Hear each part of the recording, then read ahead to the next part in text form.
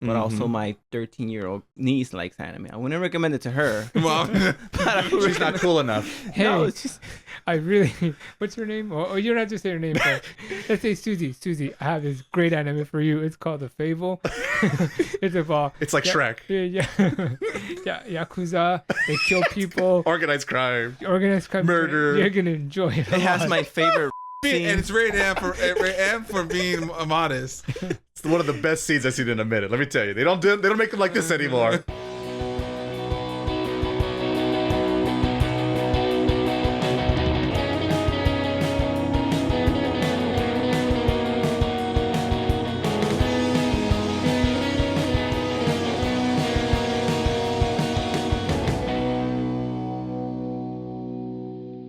Bienvenidos, minasan. Welcome to another rousing episode of the Taco Otaku podcast. I'm your host, Miles. That's me. We have all our cast crew today to talk about reviews of anime for spring today. I guess to make sure everyone's on time. Frank, how you doing? Doing okay. All right, Ivan, how you doing? I'm doing good. And Ray, as always, you're doing perfect. Yeah, sure. Let's go with that lie. All right. Before we get to our reviews, let's kick off nice and slow with some of the weeks. So let's hear about Ivan's week. How have you been doing? Honestly, I did nothing. Nothing. You haven't been here forever, Ivan. You've done nothing. Wait, let me think about it. You've had time. You've had time. I definitely feel burnt out with anime. No. So- The gift that keeps on giving? It's perfect every season, Ivan. There's no duds in the bunch at all. Yeah, completely burned out on that. So I've been watching Brooklyn Nine-Nine. Oh, well, all right. Blast from the past. So Awesome anime. something random. No No any games. anime, No. How's Brooklyn Nine-Nine? Is this your first time watching the show? I've watched it sporadically, but Okay. never like from. Beginning to end. So Better, worse, the same. I mean, what's his name? Andy. Andy Samberg or something Samberg. like that. He's super funny. So He is silly. something else. Was I watching anything else? Oh yes, I do have. Wait a something. second. Wait a minute. I know it's been a while. We had to dig in. I have a little debate with with Frank about this, but Oh, we did have like the greatest news ever, which there's gonna be a release of a certain gem, Okay. Marvel vs. Capcom. Oh, yes. So I have been training. Let's just say oh, that. there you go. With joystick and everything. No, I have my fighting pad controller, but, but I should get one of those. But I've been training because I'm excited. Getting ready for Evo. There you yeah. go. So that's probably the only thing I've been doing. I've been playing those Capcom games again. What, the first one, second one, which one in particular? I've been playing. Just all of them? So I've been playing number 2, number 1. Mostly those two. Just the Marvel vs. Capcoms. Yeah. All right. Can't go wrong. Choose the easy one to put back on like a nice comfy blanket. Oh, because it's Mega Man and it has Jill and it has everything else. Well, that's what I go for. Because I must have my Capcom team. But I like fighting games in general. So Well, there's that too. I've also been playing. Come on, what am I drawing a blank on this? I don't remember. Darkstalker, Street Fighter, Tekken. Oh, Street Fighter. I was doing. Okay. What? You couldn't remember Street Fighter? There's a lot of them. There's a lot. It's the one that started the whole fucking genre, really. There's a lot of them. So I was playing Third Strike. Oh, Third Strike. Okay. I was playing Guilty Gear. I don't remember which one. One of the newer ones. There's too many. And I was playing the Capcom games. Okay. And every single time Frank gets upset because he thinks they're a waste of time. They are. Oh. I forget, but your brother is the big fighting game Yeah. nerd, right? He's a smart man. Wow. Okay. When can he be on the podcast? But yeah, I'm excited about the Marvel games. It's very exciting. I was gushing. I think last episode we talked about it a little until bit. until the rollback comes in. Remember off podcast we were talking about this? How I was saying that I was very upset that a lot of these games you don't have access to them. Oh, then But now- the cabinet. Here you go. Here you go. There you go. So now you don't need to emulate. Put away your straw hat for a minute at least. And here they are. Here it is on the Switch and PS4. My favorite two consoles, apparently. And why not the PS5? I don't know. It must be cheaper, I imagine, somehow to publish a game on PS4. Why not the versus PS5. Xbox? The real question there was And it's backwards. Yeah, I know, right? Poor Xbox users like, go fuck yourself. They don't like fighting games. Enjoy your Halo, you little shit. Here's a gun. Here's shoot. Yeah, here you go. Go shoot something up, kid. Yeah, but I've actually been playing because I want to actually learn new characters. Mm. Because I do watch a lot of like fighting videos of like professional players. So like I'll never get there or even attempt to get there because You're in your prime, Ivan. You got this. This is just fun Yeah, for me. you could be on top 8. There you go. Top 4 even. Move along with Justin Wong. Here comes the real challenger. I'm actually a huge fan of his. I mean, he's very good at what he does. Yeah. Oh, and that reminds me of one of my beefs with one of the animes today, but we'll save that for later. Okay. I like this like tease. He's like. Is it fighting games or Justin Wong somehow invited in one of these? We'll find out. Stay tuned. I'll make sure to bring him up. He had a little cameo. I must have missed that episode. Even though it has nothing to do with anything, I'll bring it up. Captain America showed up with Ryu and Cyclops. He has a grudge now, I guess. Wolverine was there. It was crazy. Yeah, but nothing for me as far as like anything major. And Disney movies, but we're not going there. Oh no. What kind of Disney movie? I don't care what Disney movie. Cinderella, the Aristocats. Aristocats. That's only slightly racist, that movie. It is interesting watching these old movies because like Cinderella, like I never really thought I would have enjoyed it, as an adult. And I'm like, this is actually kind of a sad movie. It's a little bit. So it's interesting as an adult, you can view things differently. That is true. Things do change over time. But yeah, that's it for me. All right. Frank, how have we been up to? I've been on vacation. All right. Relaxing and chilling out? Yeah. Hanging on the beach? Yes, hanging on the beach, getting a tan. All the anime waifus out there too on the beach episode? No, they didn't show up. You gotta go. Should have gone to the spa, Frank. You got that at the spa this week. I was at the spa. I got a massage. Darn it! They still weren't there, Frank. You did both tropes and they weren't there. You should get your money back. Get your money back, Frank. I'm starting to think those animes are a lie. Perhaps. Maybe just I apparently have to be in Japan for this to qualify. Never happens. Lies. Funny? This is really, really random. But one time I went to Laguna Beach and there was like people from somewhere from Asia, and they look like anime people. Like the colorful hairs and everything? No, not the colorful hairs, but like the aesthetics, like clothing. Okay. Like the body shapes. I'm like, yeah, these people don't look like they're American. They don't belong to tourists here. You got tourists out here. So yeah, I haven't been playing anything since Tales of Arise and Hades, but I haven't touched it since like 2 vacations ago. 2 vacations. Oh, not 1 vacation, 2 vacations. Such a busy guy. And you gotta make sure hard work. Frank's like, oh, I gotta go on another one after this. Yeah, right after this podcast. I get a nerve massage again. Man loves LA. Hopefully I get girls this time, but I don't know what I'm doing here. Just trying to get yourself that harem, Frank. Where's that harem at? I don't know. I'm looking. Do you see any harems here? If you find her. Where was I? So no, nothing to play, but I did watch a lot of anime in Mexico. Oh, there you go. So I watched the homework, of course. Mm-hmm. But besides that, I watched a little Haikyu. And am I saying that right? Did you get over that rough patch there, Frank? From last time? But you know what I've been using Haikyu as? Right before I go to sleep. Training. We'll put it on. The same match, and it puts me to sleep. Same game. No, I mean no. That it's the third quarter. No. Frank gets like a blind, like those like sleeping blindfold things. Yeah. And it puts in the music. It puts like a headset. Just like, all right, time to go to bed. You just hear, yeah, yeah, pretty much. Yeah. So blissful. Was I talking about season 3 the last time? Yes, a little bit. I finished it. You got to season 3? Yeah. I tried the first episode and I couldn't go forward. I understand. This is what Frank was mentioning last time. It's tough to watch. That third season is quite the mountain, it sounds like. It was actually fun once they stopped wasting time. Because it was just like too much like, why are we talking about these bench players? I'm like, I don't know. The bench player. I don't know. It's just once they started focusing on the bright players and they stopped taking so long on one point or something like that, it got better and then ended all right. I think I don't remember what happened. I think the good team won. But season 4 has been just tough. Ooh, worse than 3? The problem is, I think I'm starting to have the same problem Ivan has, where the training part, it's getting boring. It was okay in the beginning, and I think they did it like 2 or 3 times in season 1 where they're like, we gotta go off to train again. I'm like, again. It feels sort of like the repetitiveness of My Hero Academia, where they're like, I can see it. School A versus School B again. Like, didn't we do this already? It's a different school. But now with different weights now, since that was like you these 10-pound weights, But now it's 15-pound weights. We haven't done this since we graduated or something. I don't know. It's been half a season.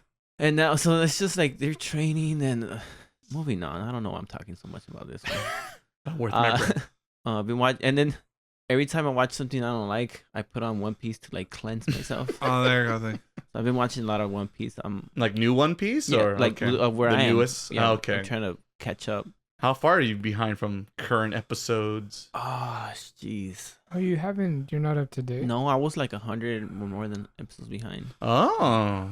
So I thought you were a real fan, Frank. I like to watch in bulk. Oh, okay. Because it's just so slow that I can't watch it. That's I get that makes sense. I can't watch it. They can fast forward like certain parts and then they got there's next story part. I'm glad I watched it because now I can say, don't watch it.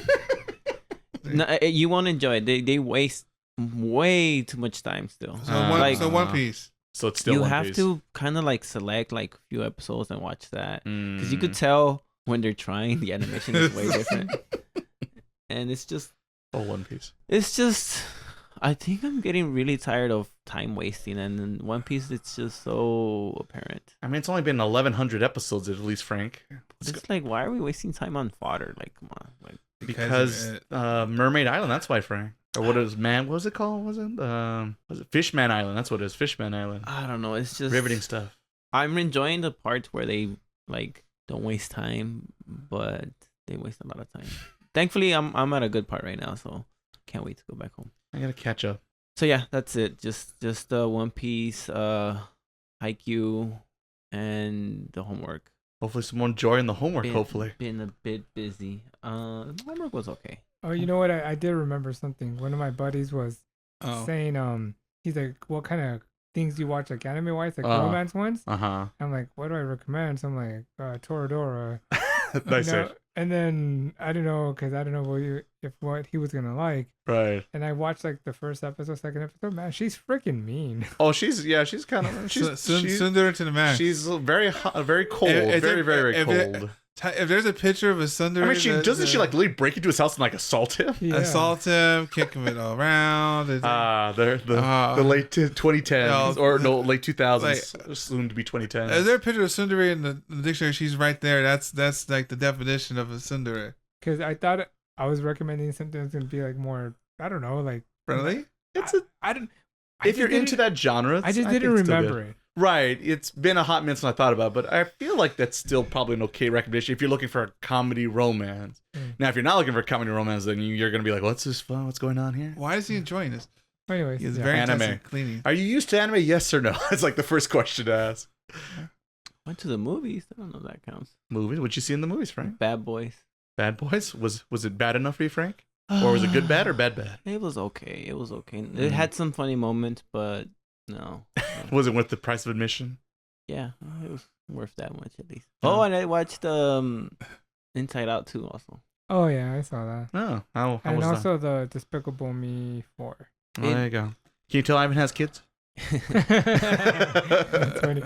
Despicable Me 2. No, I mean Inside Out 2. I liked it a lot. Oh, okay. This loves it too. It's making a lot of money doing for good? I'm so out of it. It's making $1.2 billion right now. I must have missed it. I must have missed it.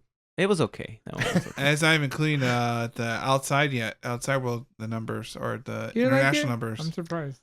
I liked it, but I thought it would be better. I thought the first one was better. To be fair, I was on my phone for like half the movie.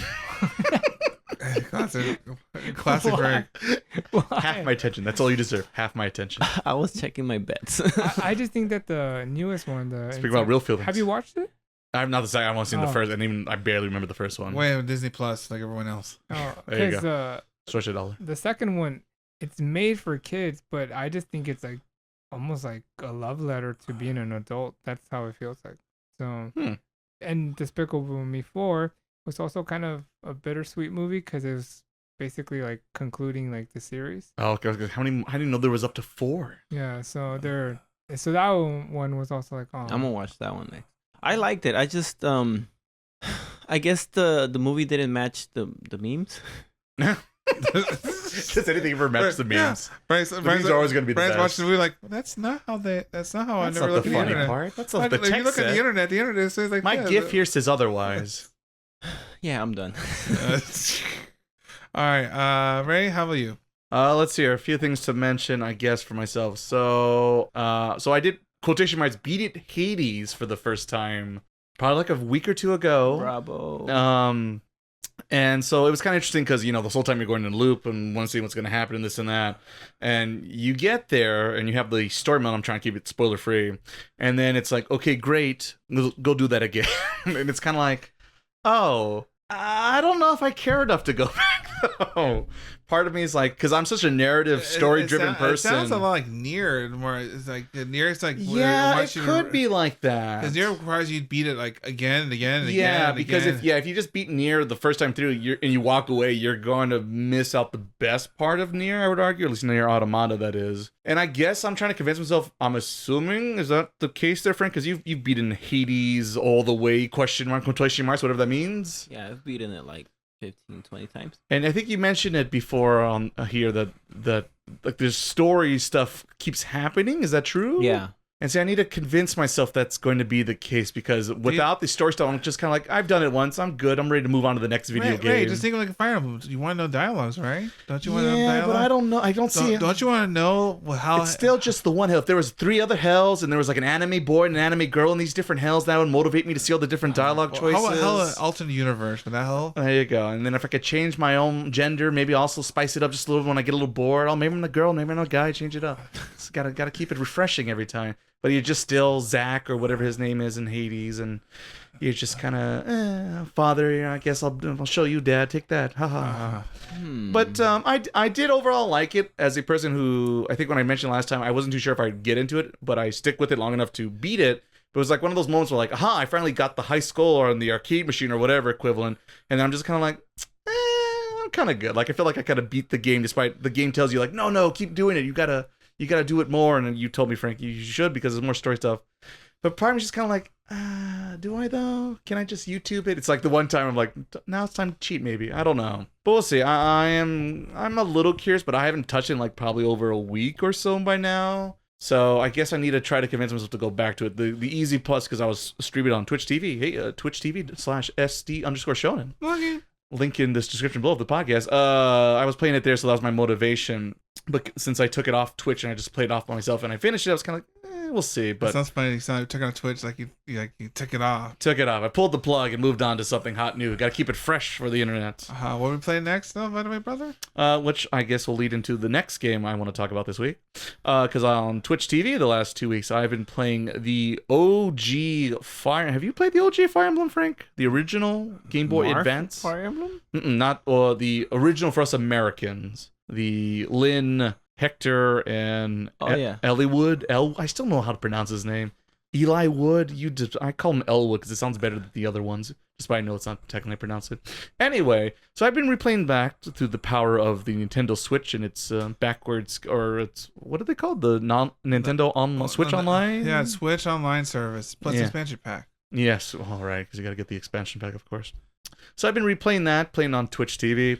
And you're kind of going through a little nostalgia and trying to remember like how this game goes. Since I remember playing it back in the day, it was the first Fire Emblem that came out here. And after playing the GameCube Smash Bros, like who is this Marth? Who's this Roy? And then you play this game like there's no Marth and Roy in this game. What the fuck's going on? I'm even more confused than I started. But there's Lynn, of course. Yeah, there's Lynn. Well, there's Roy's father, which you don't find that out until you actually Google it because this game is technically the 7th game in the franchise, and Roy's game is the 6th game of the franchise. So it's like, huh? So it's basically a prequel to the last game that came out, I think, on the Super Nintendo in Japan.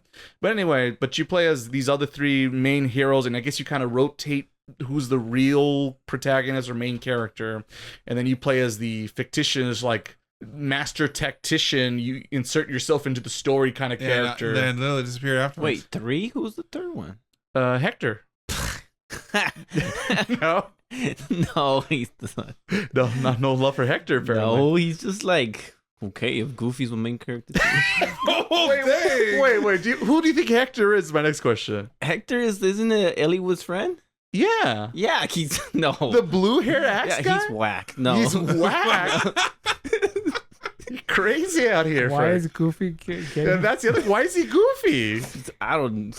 Poor Goofy. What do you do? Gosh, that's so harsh, Frank. It's It's just, Dora, Goofy, and Donald. hey, you know what? You can't compare Elliowood and Lynn to Hector. It's like they're at another level. Well, here's the thing. Well, I'm just a big Lynn simp, so there's that. I'll say if it wasn't obvious on the Twitch streams, if in case it wasn't obvious. I was not there, dude. Like going like. Well, I was having a grand time. It was just me and Lynn in the tent. We were having a great time, and then here comes this war, and the grandfather and ruined everything I was having. I like. So I'm sorry. Lynn's talking. Everyone out of the way. Oh, Lynn's here. All right, everyone, shut the fuck up. Oh, anyway, but but it's interesting to go back to the game and how harsh it can be if you just make one bad turn. Pretty much, you just lost a member, permanent death, unless you restart the map, which can be time consuming.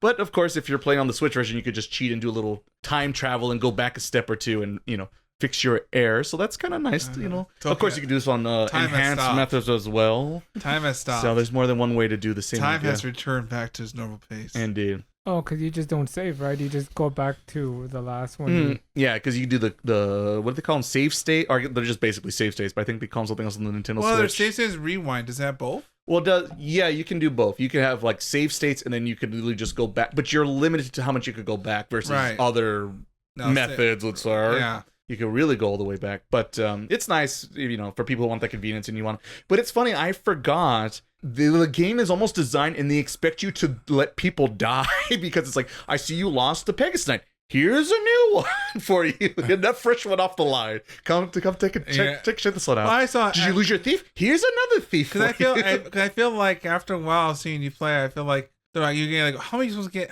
You got like 20 plus characters. I'm supposed to you only get 6 spots. So who's gonna make the list into this map? You give it too many. I guess they, like you said, they expect you you're gonna lose this guy. This guy's no good. He's not cutting the mustard, and that's what it is. It's like you literally come down like, all right, I got like 3 axe users. This one's the only good one, so they're all dead to me now. So it's interesting to like I said, and the weird, you just can't go to the store and buy swords. You have to find the store on the map and then go on a fucking, what's the grocery game show, Miles? Oh, Price is Right? No, not Price is Right. What's the supermarket sweep? You have to go a supermarket sweep and grab, I need iron swords, steel swords, iron bows. You're just picking up all the shit, because if you don't get it now, you won't be able to chance to buy anything else. The shop closed and you didn't get and literally the game tells you if you don't get anything now, you're going to be fucked in the next 3 maps. And you didn't get the bonus. It's like, why the fuck? And you have a merchant on your team who goes I can't sell you. What do you mean you can't sell? You're a fucking merchant. That's your job, dog. Matt, bro, I need a sword. Yeah, I'm all out of swords. What do you mean you're out of swords? So I can't sell you that sword. That thing, I totally forgot about that mechanic. So it was interesting to go back to that. But yeah, probably maybe a little bit past halfway on that game, and still having a pretty good time on that. But I have taken that offline, if you will. Yeah, such a Lynn simp, by I the can't way. I mean, what can I tell you? Every 5 minutes. She doesn't help. She's a bad fighter. I like a girl that can kick my ass. All right. It's like, yes, ma'am. Yes, ma'am. Yes, ma'am. Whatever I like this one when the story changes. I gotta follow this. Who's the fuck's this guy? What do you get your act together, man? Come on, you join me. I don't want to join with you. Where's Lynn go? Wherever she goes, I follow. This is the simple rules. Simple rules is what I stick to. And the tent. The weird tent. It's a lovely tent. It's my favorite tent of all time. I'll tell you that right now. Someone pitched a tent. You can say it the way. Also, maybe that. What else? I feel like there was one more thing. Those are the video games. We did our homework. Oh, yes. And I guess Frank mentioned earlier. I went back because it was funny. Frank mentioned it a few weeks ago on the podcast, or a few episodes ago now, of the Reacher TV show, because now it's on season 2 on the Amazon Prime. I finished season 1. It was fine. It was adequate. It did enough for me. And I'm a sucker for, mystery setup. And that's basically all this whole series is. It's him, this traveling ex-military police officer solving detective mysteries, and so I picked up fists. Yeah, with a lot of fists. He's a big boy. He's a lot bigger than Tom Cruise. He is tall. Yeah, So it's funny to think what this character's supposed to be in the books, and then see the first Hollywood adaptation with Tom Cruise, who's a very daring, cool guy. Don't get me wrong, but maybe isn't the tallest Hollywood actor. Let's say perhaps. Well, unfortunately, I think for the role that what the story said, what Fortune Tom Cruise is But I guess Tom Cruise sells more tickets, which maybe it did. I don't know. That movie was just okay for me. The best part, it copied the thing from Rogue Nation. If you look at the Rogue Nation. Yeah, the Mission Impossible one. If you look at Relation's artwork. Well, that's just but every Mission Impossible movie is the same fucking movie. Yeah, but like you look at that, and then you look at the like the same font, the same style, and everything. If you look at those two like posters, it's pretty similar. Oh, I guess I have to go look at them now. It was pretty bad, and it was like, wow, that I mean, it changed, huh? Well, better than an jet plane for Tom Cruise. I don't know. Top Gun was a good movie. But anyway, watching the season 2 of The Reacher, it's The Reacher, I guess. It's okay. Like the first half was actually pretty good, and like a lot of the detective work and the conclusion he makes were like, okay, that makes sense, and yeah, okay, then I can buy this and go along. But as the season progresses and just the detective work and the assumption and guessing, the Sherlock Holmesiness of it all, just kind of there's literally a line of like, haha, I have her gamer tag. Because I have her gamer tag, I could track her IPS address and I can find out where she's at. That's what IP addresses are linked to your gamer tag. I'm sorry, what now? And I'm like, say that again. Say it one more time, please, for the whole audience to hear. I never you told me that, and I kind of like laughed out loud. Like that's not how that works. That's not how that works. And just magically, a scene or two later, it's like, Reacher, I got the address. Let's go. It's like, wow, how? Don't want to talk about it? Oh, okay, we're just gonna move along. All right, we're moving along. Off we go. People don't know technology and decide not to research the technology and just like, well, it'll fit the plot somehow. Hollywood magic. So. It's a little disappointing, but we'll see. I think I got like 2 or 3 more episodes left. Hi, Jason Bourne called over here. He wants to talk to you too. Yeah. Oh, that last Jason Bourne one. No, that last one was kind of bad. We don't have time for that. No, we don't. But anyway, so we'll see if it sticks the landing. Hopefully it does, but I got to justify my Amazon Prime account, so I guess that's how I'm doing it. Watching Reacher season 2. And I think that's about it. I'm trying to think. Yeah, I think that's it for me. So yeah, that's what I've been doing for the last week or so. And of course, the homework we'll get to in a little bit. But before, Miles, I believe it's your turn for your week. All right, bear with me here. It's gonna probably be a bit. Oh God, please don't. So first things first, was clothing also on the Switch online service this week. They have only Japanese versions, but they have all the Starfy. They only put the game on the DS. Those little starfish. Oh, I vaguely remember this game. Yeah, they brought the 3 original GBA games on the online service, but only in Japanese. Oh.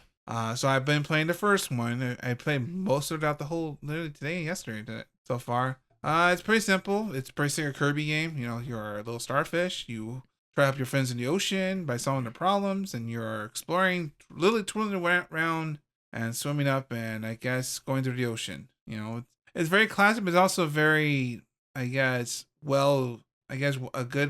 mechanic, I guess, because all you do is you swim and then you spin, and that's all you need apparently. Oh, so basically like Kirby or like Kirby, simple platformer. And then you solve your buddy's problems, and you get to spin faster. You spin faster. You do, and you break different blocks. I guess kind of like a Metroid, like. You now can break these blocks because you helped this one guy out. So now you learn how to spin a certain way to break these type of blocks, and that's pretty much the gameplay for 8 worlds, I guess, or 8 levels. And then you play the game over again, do it all over. But yeah, no, it's fun. It's good. It's a GBA game. It's very rare to have those games out here. I wish they translate it, but well. I was gonna say, are you missing out like a lot of story stuff? If you couldn't read the language. Yeah, if you couldn't read the language, you go like, I don't know what's going on here. Who's Starfy? But you kind of have to. Granted, I know a little bit, not much, but I could interfere and kind of read a little bit here and there. So I kind of. But is there like a lot of narrative, or is it just you just go across the screen to the right side? Well, like just a little narrative, like he got sucked by a whale, and you must go through the whale and help the whale because not Pinocchio. He sucked a parasite, and you have to take the parasite out of his stomach. All right, I did not expect that to be a plot point, but I guess it is. And then also my good friend Mr. Google Translate. No, that also helps. Which lets me translate because I was playing that and I had when I don't know certain things, I'm like, okay, Google, tell me what it said. Oh, okay, go find this over here. Okay, got it.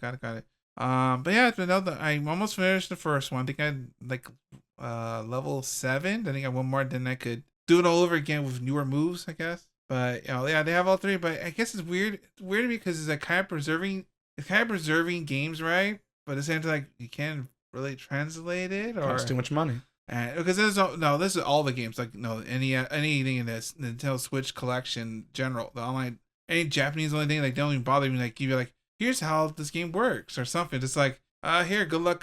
Here's the ROM. Here's the ROM. Good Can't luck. find this anywhere else on the internet. Good luck reading this unless you know Japanese. Good luck. You know, it's like kind of.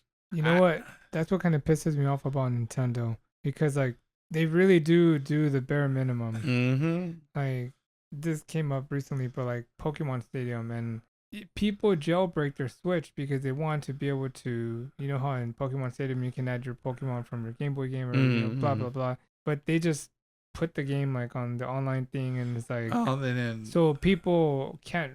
They can play the game, but they can't really play the Right, game. because that was the appeal of the original game was, you know, bring your Game Boy Pokemon with you to your 64. So then people start jailbreaking their Switch, and then Nintendo's like, no, don't do that. Wow. know? It's pretty easy to do. And well, they don't give you the full original experience. Especially with Pokemon Stadium is like, you know, that Pokemon. Because it was a very Pokemon without the Pokemon transfer pack thing. It's pretty fucking boring, to be honest.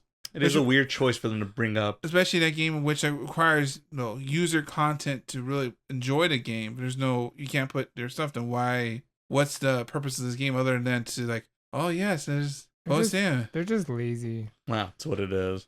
But maybe it goes to your point that they bring these games and they could have translated them, and they just didn't. I'm still waiting for Mother 3 out here.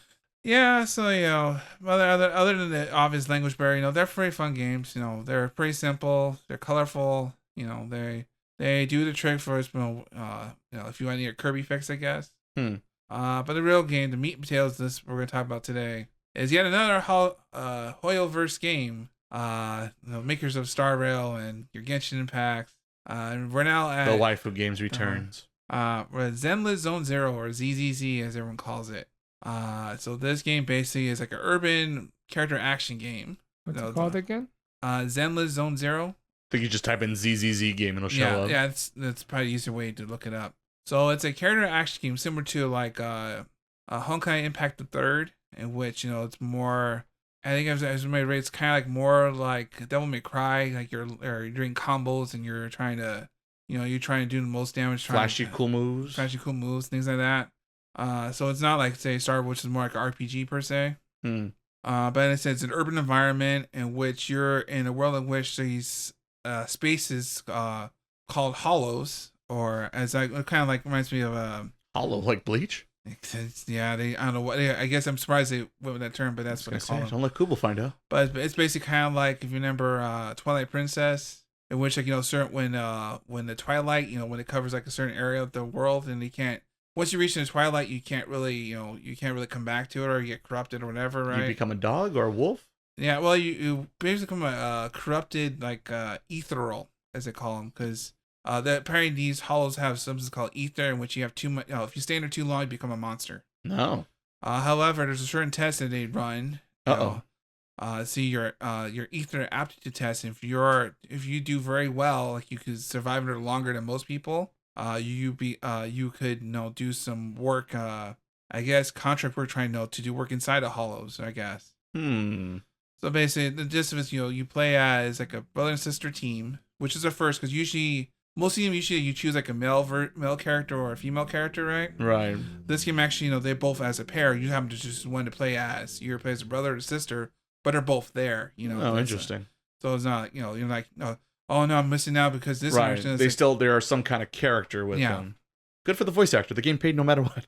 So basically, they do what they call proxy work. So they don't, since they're not most people can really stand inside a hollow. Pretty much, they use a little character guy, a Bang Boo, which is basically like a minion, like from Despicable Me. Okay. And they use that to go into the hollow because they can survive in there, and directs all the people, the agents or your characters you really get in the game, to go through the hollow and fight and stuff, to basically do contract work. Basically, sounds like a lot of anime. Basically, you're not really playing as you yourself as a character in the game. You're playing as other characters, but, right? Yeah, you're playing as other characters. Right. Okay. Well, I say like Star Rail, you actually are a character. Right. You're the chosen one. Yeah. This one, you're kind of more like the brains operation. You're tactician per se. Oh, okay. Oh, we're talking fine. I understand. I understand. So you're a tactician. That's the best to describe it now. Okay. Is Lynn there? No, Lynn's not here.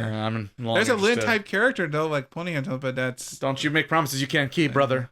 So basically, the gameplay pretty much that for one, there's not really environments per se. Everything's done on like a grid by green screen, similar to kind of like This game though, there's not really much environment per se. There are different levels per se. There's no like hub walking around open world like Genshin. Yeah, no, it's pretty much standard. Like you it's like Mario 64 without the castle. Yeah, that's the best way to put it. Okay. So you explore around like kind of like a grid based system. Explore. Okay. And then like there's a bad guy. And then you go to the actual combat. Which is a 3D. That's where the money comes in. That's a call it because the animation is pretty fluid. Compared to the other games so far, it's almost I would say almost close to like Pixar like the way how they move around. The characters move like between combat, doing combos and things like that. There's basically only like 4 buttons because this game was made for mobile. I play it on PC. Oh god.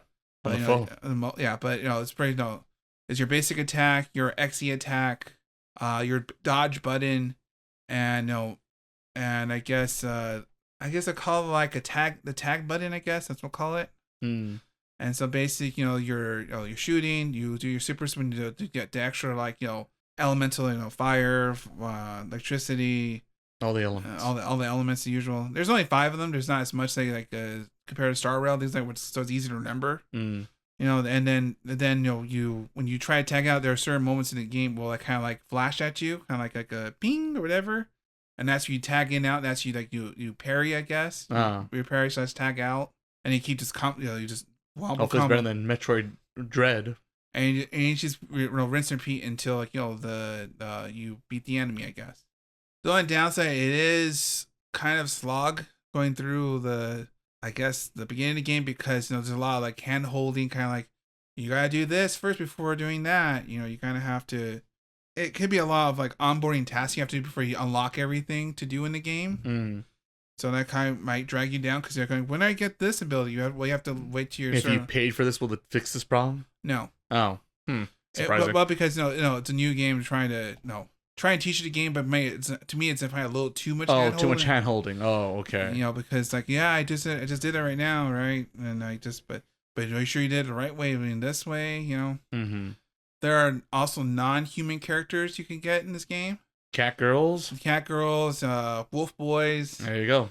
Final Fantasy shark fans, girls, rejoice. Shark girls with a tail. There you go. They got the sharp teeth. But yeah, they do. Well, there you go. But she's hard to get because apparently not if your wallet's big enough, Miles. Anything's possible. Yeah. Corey, if you play the game right now, you're guaranteed to 100 free pulls, but not to they do all the work. It's kind of a lie because wow. Because they don't say it, but you have to you have to play most of like the level like I do, like up to I'm like level 30, 31-ish now. You have to play all that to get the real 100 free pulls. But all the characters are kind of neat. They're all wacky, unique. There's a Deadpoolish character, Billy Kid. Oh, he has 2 guns, and it sounds just like I'm just saying like, but someone sound like Ryan Reynolds. Almost close to it. Close enough. But he acts like similar things. Like, but he's pretty cool though. There's because there's like I guess called the Team Rocket basically because there's like the 3 antagonists, but they're really they're not real antagonists. They have they're like the first group you start with, but then there's other factions coming in. The real one, the Giovannis. So overall, it's pretty fun. You just have to get a lot of the slog from it. If you like action, you're more action oriented games, it's a lot faster than Genshin is because Genshin is at this point a little old per se. I think that one's like as new other games they keep working on, that one's kind of like left to the wayside. Oh, because then they even rebuild Honkai Empire the Third to be more newer per se. Yeah, so I'm almost leveled up because I guess the wait for just like the other ones, you gotta wait for the next patch to come in. Wow. And here comes the next roll of people to get. When's the new waifus and husbandos coming out? Yeah, but actually there is funny. There actually are. Well, there are more characters than things like that, but no kidding. Interesting game. You might have to get probably used to not used to the action games, but it's pretty fun. At least I think so. You like it more or less than Honkai? Or because it's with this Honkai and Genshin. What's your ranking on those 3? Probably Genshin last because Genshin's kind of hard to get weapons for because that's kind of half the game. the energy sucks trying to regenerate energy to do your dailies or whatever. Mm-hmm. So like I laid away like a whole day and I barely got half my energy. Well, Miles, if you open that wallet, Well, once again, if you open the wallet, you get the pretty battery. sure we can fix that problem. But but I guess I'm so used to Starbucks because Starbucks, like within like 13 hours you get my full energy and I could do my dailies. So Honkai is still safe as being the king still. Yeah, but I guess I'm trying to expand your waifu horizons. And I guess the problem is I'm waiting for the next patch because the second half of this patch is going on right now, so I'm kind of taking a break from it to give this a try. But oh, Honkai, you mean? Yeah, Honkai. Yeah, gotcha. Because it is hard to play 2 or even 3. Well, because it's just live services games are tough to stick with. It's just kind of tough, more financially. I was gonna say financially, it's and either time or money or both. Just keep pulling. Yeah, so that's been most of my week so far, other than the homework and stuff that we talked about earlier. So I guess including that, I guess we're now ready to go into the anime battle royale, or I guess the reviews for spring. Seems like it. All right. I guess let's change it up here. Let's start with the easy one. We'll start with Kaiju number 8. That's Ivan's pick, I believe. Ivan's pick. So Ivan, would you like to refresh the audience what Kaiju number 8 is? Like a review or like a just a synopsis. A synopsis. Sell the show. We bumped into each other in the elevator, and this is you're the producer of the show, Ivan. Sell us your show quick without giving us spoilers. So I got this idea for you. Here we go. Right. Kaijus and Venom. Kaijus and Venom. All right. Yeah. So basically, kaijus are attacking the world. There's a defense corps. Yeah, some police force. The police force, the SDF, as always they are. And their job is to protect. Our main guy is older man, older in his 30s. An anime older. Yeah. Oh my god, he's like 32. He must be dead. And he wants to join the force, and he's training. He's has that typical shonen guy. I can do it. And then he gets attacked, and he's in the hospital, and then Venom takes over. There's a symbiote and everything. Yeah, and he goes to join the force. He joins the force, and then he has to use his powers when things get bad. And yeah, that's basically what Kaiju number 8 is. All right. As far as my impression of it, I felt it was good. Okay. I felt it was good. I wasn't like this is the greatest thing ever, but I didn't hate it. I didn't regret your choice. It sounds like. No, I don't. You did not. Yeah, I felt like it was a solid pick. That's the way I felt about it. It was solid. The characters were generally all good, and when we get into spoilers, I'll get into I guess my complaints, but they're very minimal. I just think it was a solid shonen anime. I think it's one of the better ones actually from the last ones, or anything that I personally have seen in recent memory. But yeah, I don't know what you guys are initial thoughts. All right. I guess for me, as I read the manga a little bit. Of course you have. I did it pretty well adapting it. It is production IG. There is money here. They were stuck in 2001 for the opening, but other than that, I actually love the opening. It's nostalgic, let's say. But I guess in a way it works because it is. I don't know if it's intentionally trying to be nostalgic, but it is nostalgic because. No, they're really trying to sell to the American audience. It screams Western audience. We got American artists here. They're singing the opening. It's in English, for Christ's sake. There's that. No, there's not really much. Like, look at the CG. Look at the CG going on. Tsunami, here I come. It's like something like, late night, it's like a Cowboy Bebop. I was going to say, I think Bebop just stopped airing and this is going to kick on afterwards. Yeah. After Trigun's run, and Ghost in the Shell's happening right afterwards. And then Tsunami block and late at night. Overall, it's pretty much it's doing pretty well. It's probably one of the better shows that I've seen in a bit. Actually, it's coherent. No, My Hero is trying to do too many things, nor is it trying I guess not trying too much, but just doing just enough to get you over the hump. And the fact that our main protagonist is an older person helps, because it's not like, oh no, I'm a plucky person, I'm gonna go and sit down. Poor Ash. He learns like, I am old. I can't. I'm really struggling here. Everyone's beating me at the test. I'm struggling here. Why is life hard? Man, I feel old. He's only 32. He's halfway dead. Like older Scott. They were from Scott Pilgrim. Even older Scott. He's like 34. So and he has a beard and everything. Like the friends like, it's so bad. But overall, I think it did pretty well. My little fast pace pacing issues we'll get to in spoilers, but other than that, it's a solid choice, I guess. Frank, what are your thoughts? Oh, well, let's see. I kind of feel bad about all of these 3 picks because I kind of watched them too early, forgetting everything. But I did write some notes I was looking at earlier. The opening reminds me of Metroid Prime a little bit. The opening. I can see it. Kind of with maybe like if All American Rejects or if somebody was singing. All American Rejects.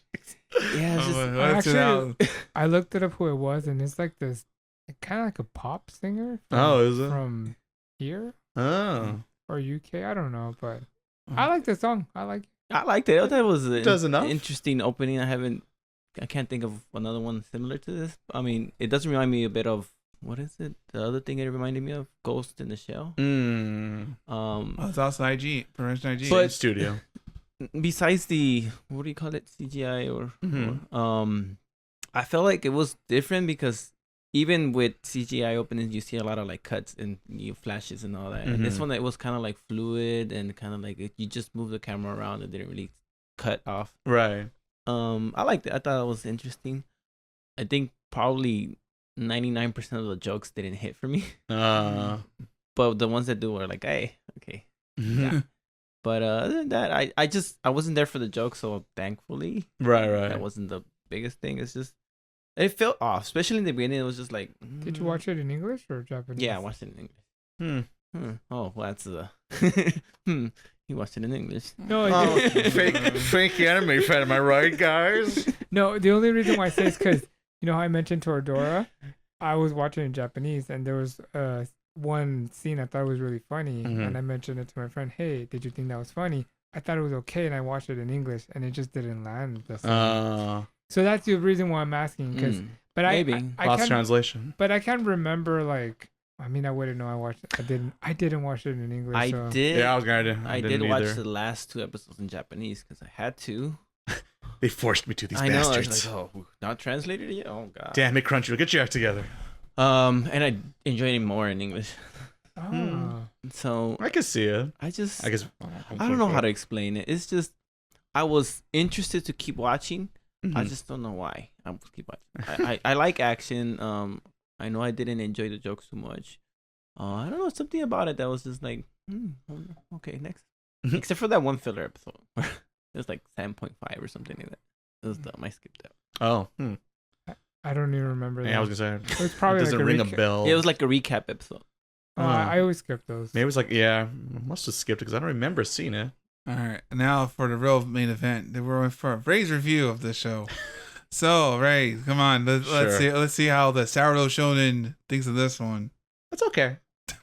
See? And that's it, everyone. Thank you, everyone. Good night. That's a win for me. That's a win for me. Giant man. It's fine. That's fine. Yeah, without getting into spoilers, it's I'll admit the first episode, I think for better or for worse, is like the most interesting episode, and the rest of the show never really goes any further with that idea that's in episode 1, which I find a little disappointing. Like, there's a little bit of it, but not as much as you think they would, translate into that. So I feel like there's a little bit of missed opportunity in episode 1 and what the show could have been a little leaning more towards, but it doesn't. It just becomes a very typical shonen action, which it does do well. So that is good. It's not great, but it's good. Miles hinted the idea of the main protagonist being a very old 32-year-old is refreshing for a lot of shonen titles because they tend to be like plucky and probably most of us. Let's be honest. Older protagonist. Like, that could be me. Yeah. Yes. Well, yeah. So I guess that's what I'm getting to. Is that the point is for us older anime fans who remember the 90s, let's say, we're closer to his age group than, say, let's Ash Ketchum or Naruto or fill in the blank shonen protagonist. So it was kind of refreshing to see that aspect to it. The action and animation is pretty well done. It's Production IG. They do a pretty good job when it comes to this kind of stuff. So I had faith in that, knowing that they were behind the production of this series. Without getting into too many details, I did think as the show progressed, especially towards the last handful of episodes, I thought the pacing kind of got out of control a little bit. Of plot points I knew that at some point the series is going to have to tackle, but I'm like, this is a little soon for season 1 for my taste. But also, like I said, I'm a 90s kid, and 90s anime are a lot slower than current anime. So maybe I'm a little biased towards that kind of storytelling. But at the end of the day, if you stick with episode 2 and 3, because usually we have the golden rule of 3 episodes right in an anime series. If you watch the first 3 episodes of this show and you find it interesting, curious, I feel like you'll get a good time, and you won't, you won't feel like you need a refund after watching season 1. It'll fulfill what it promised to you, and feeling confident. Season 2, I'm a little nervous about. I will say that. But overall, a well thought, executed action shonen series that. It's not a terrible choice, and I've seen a lot worse shonen titles in recent memory, so worth watching. I would recommend it. I forgot to say one more thing. Oh, the ending reminded me of like a Bruno Mars song. the when the girls I want to agree, but I can't the visual ending it. song. I have to play it after the pod. but it's also a very 90s. Like, this is a 90s ending. I believe it. Maybe the Yeah. animation, just can't place but it. the song is just... I'm terrible. I'm always skipping it. I watch openings all day, but I'll skip endings every time if you let me.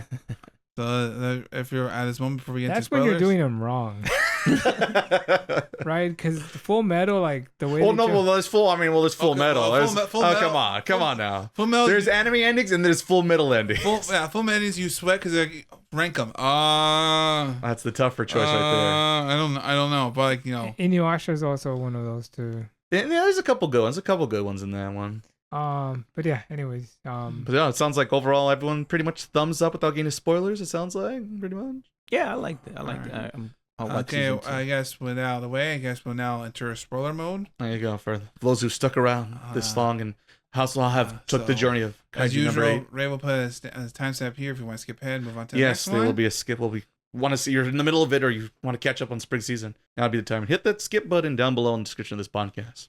Without further ado, Miles, take us away to spoilers. All right. I think like Ray mentioned before, this show kind of has a little pacing problem at the end because a lot of plot points that we're going to deal with, like all different number kaijus, which one now let's talk about kaiju number 9. Kaiju number, I thought we were going to keep going to go 11, 12, 13, 14. We're like, there's all different. Got to catch them all. But like, the way like he got ousted at the end and here, yes, I am kaiju number 8. It's like, that was a little too soon, at least for season 1. And also the fact that he was willing to really kind of show, like, just transform anyway. Like, I gotta say, we're gonna transform. Like, you're like, wasn't this supposed to be a secret or not? But it's like, he's not hesitant to. He mastered that rather fast, let's say. Yeah. And like, and look, you now could do a hand. You could do a leg. I feel like that didn't bother me. I think to me, what bothers me is just when I was driving over here, I was thinking about it. It's like, why do shonens feel like they only have one formula for the main guy? It's like, I think that's like my beef with it. And I was thinking of like Goku. We're not talking about Super Goku. We're just talking about no one's talking about Dragon Ball Super. I'll tell you that right now. But just like Dragon Ball Goku and then Dragon Ball Z Goku. I remember Dragon Ball Z Goku when I was a kid. He felt matured, even though like Goku is supposed to be like silly. But when you're like looking at like the Frieza saga, the Vegeta, Cell. Once in a while, Goku could be an adult. Not with Gohan around, but when Gohan's not around, he has his chance. Yeah. There's like this idea like they have to make the shonen character be like Deku, be like Naruto, like big smile, and like it just I think to me that's probably the biggest negative of the show, where he's 32, but other than that he's like any other typical shonen character. Also true. And that's like, and especially his relationship with the what's her name? The tsundere, the blonde hair. No, No, it's no, not. Oh no, not her. the childhood best friend. Yeah, I actually do like her. Isn't she like supposed to be like his age then? Yeah. Yes. Oh, they never say she's She old. looks good for her age, let's say. They never say Oh, she's that's old. true. But That old hag. like, Right. Grandma's gonna bail us out. Basically, right?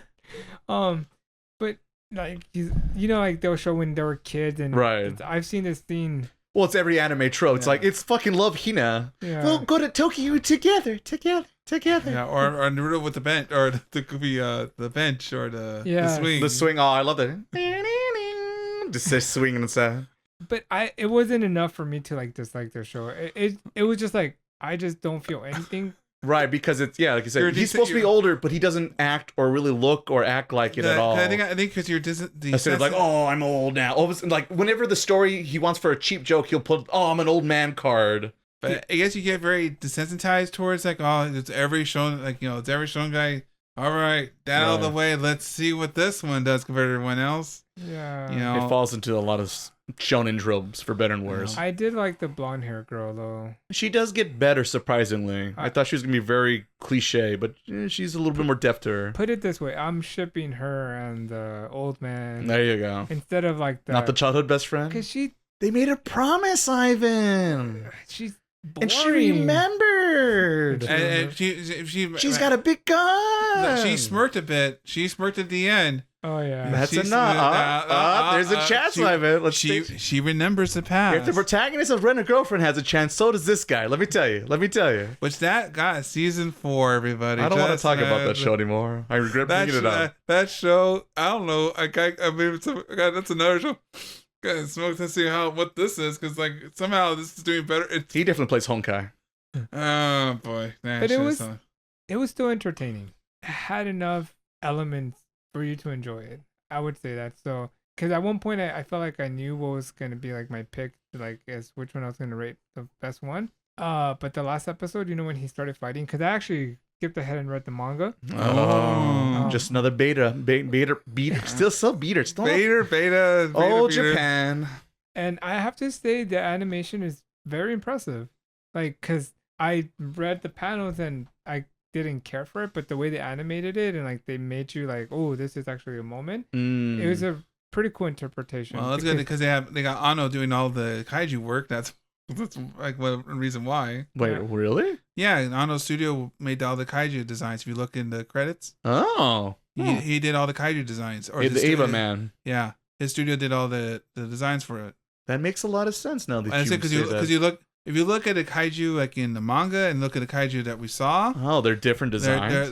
They're similar, but they spice them up a little. Look at their Ava little design. little Ava shows. Look at Ava. Oh shit! I'm gonna Google this shit afterwards. You've seen Shin Godzilla, right? There you go. This is the same guy, But yeah, no, that's when I think gave it a little more spice. That they more quality work, and they did very well adapting from manga to, because the manga can be kind of like still shots. Oh no, it's like that. Well, they flew it to kind of show you more emotions of reloading, shooting, action going on. It was cool.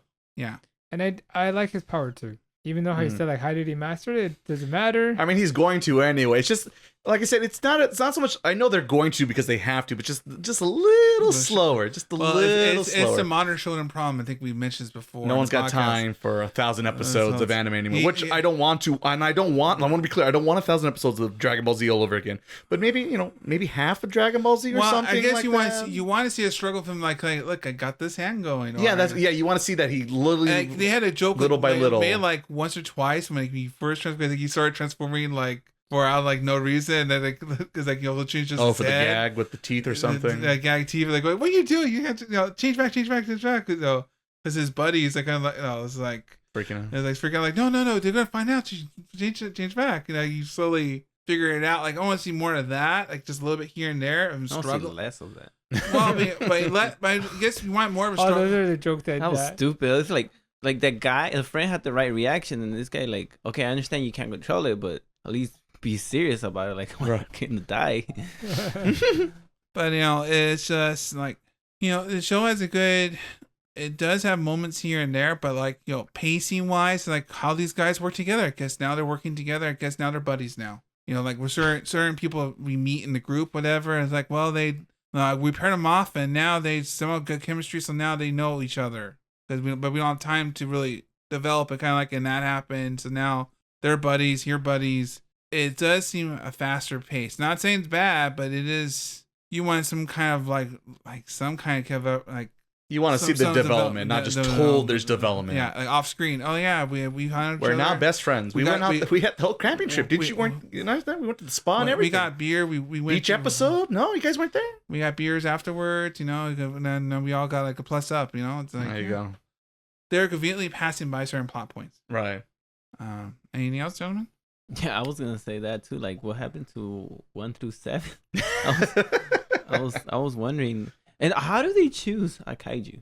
That's a mystery, apparently. Because it was like that other one, the white one. That one's 9, right? Yes, the weird one. Yeah. Is that like so? Somebody said like, yeah, well, that must be 9. Like, well, I think because the way how they briefly said this, but I know the manga saying that basically how many people they killed or whatnot, or how many. How do they know? Destruction, I guess they do. Well, they read like their power levels, isn't it? Yeah, because they read like some Dragon Ball Z shit out here. Yeah, because they read based on their fission, or they have a certain rating, and he was like super high, or like 13, like some ridiculous level high, and everyone's high, and then always the highest one, so therefore he's number 8 because he's the number 8 highest when we but they didn't. Yeah, I don't recall them saying like you got to hit this. Like if you hit this number, congratulations, you're a kaiju number so and so. Yeah, well he didn't. He was power enough to give him a number. Well, that's what it is. Just like basically it's just like I don't know, give him a number. Why? Fuck it, because I said so. That's why, asshole. The other thing that confused me was the weapons and like just the regular weapons, because there's a part where they changed to ice bullets. Oh yes. And they're like, "What? He's using ice rounds?" I'm like, "Why aren't you?" Like that is also a good point. I'm like, you can't. That was an option.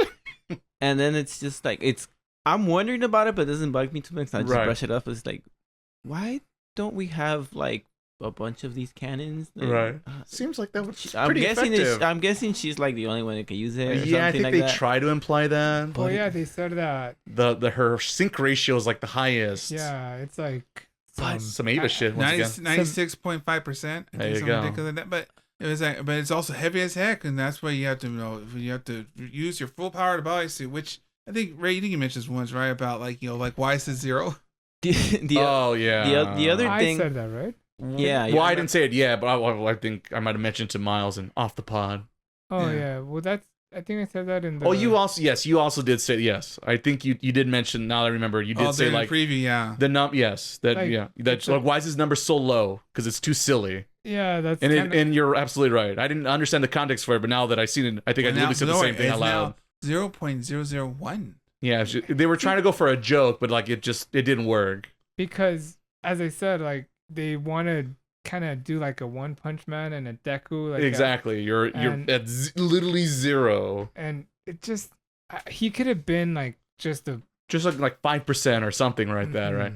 It didn't have to be 0. Yeah, 0's too much, and they were if it's it's like hyperbole. What's the one time hyperbole is like this doesn't work in this joke in this context. Mm-hmm. I want to get back to the weapons because I'm like, does the rich girl have better weapons, or did she just shoot stronger bullets just because she's her?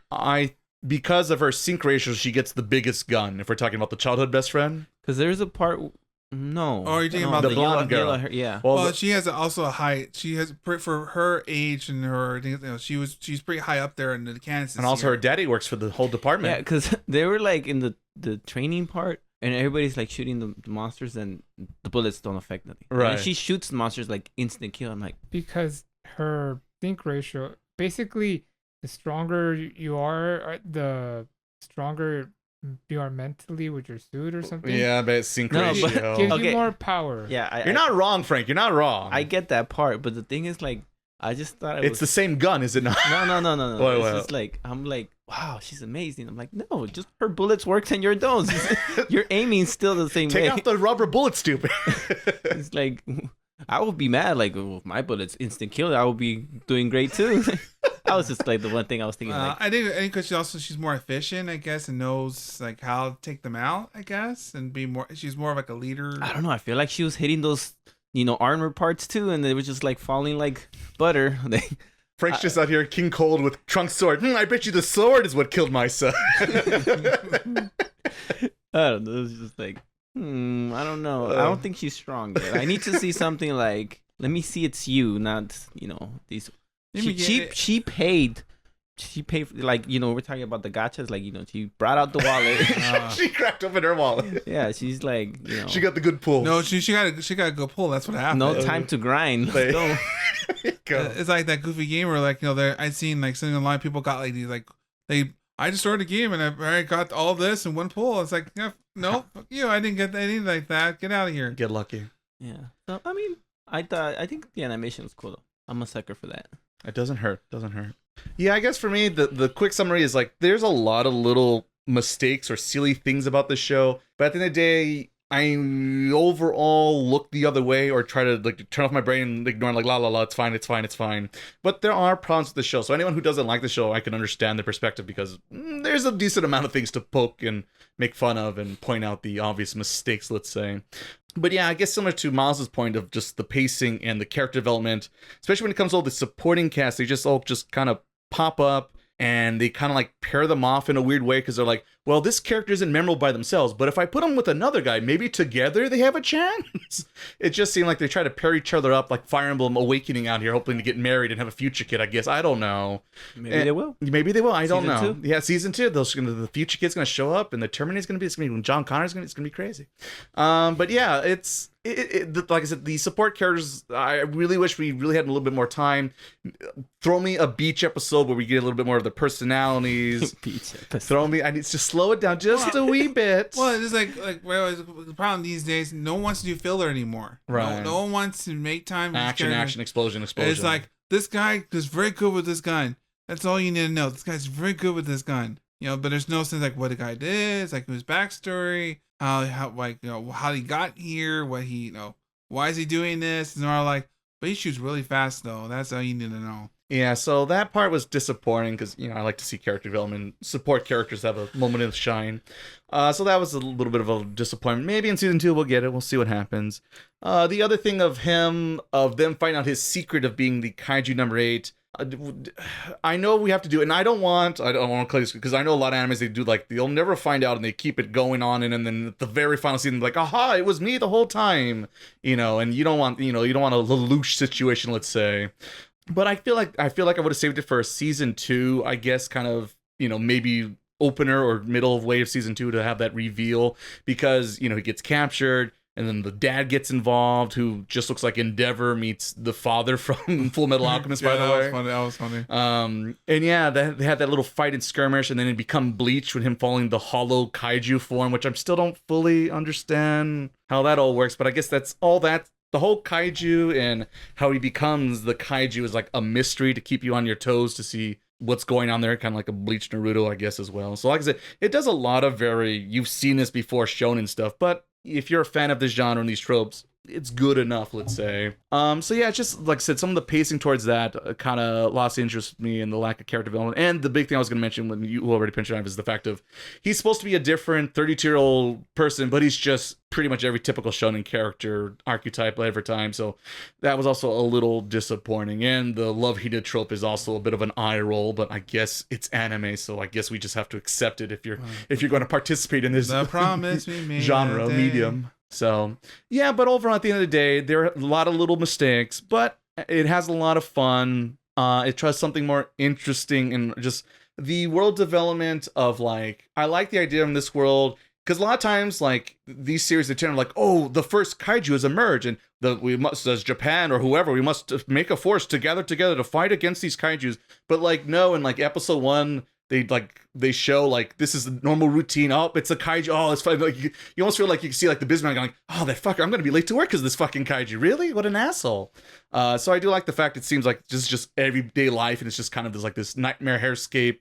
Oh, and then the other thing I was gonna mention is kind of part of that is I did think it was more interesting episode when they talk about like dissecting and breaking down these evil monsters, because that's something you don't really think about in these kaiju settings and stories. And when Godzilla fights King Ghidorah or whatever, Mothra and this and that, like what happens to the buildings and the corpses and the extra heads that fall off? What happens to those guys? Someone has to clean that up, right?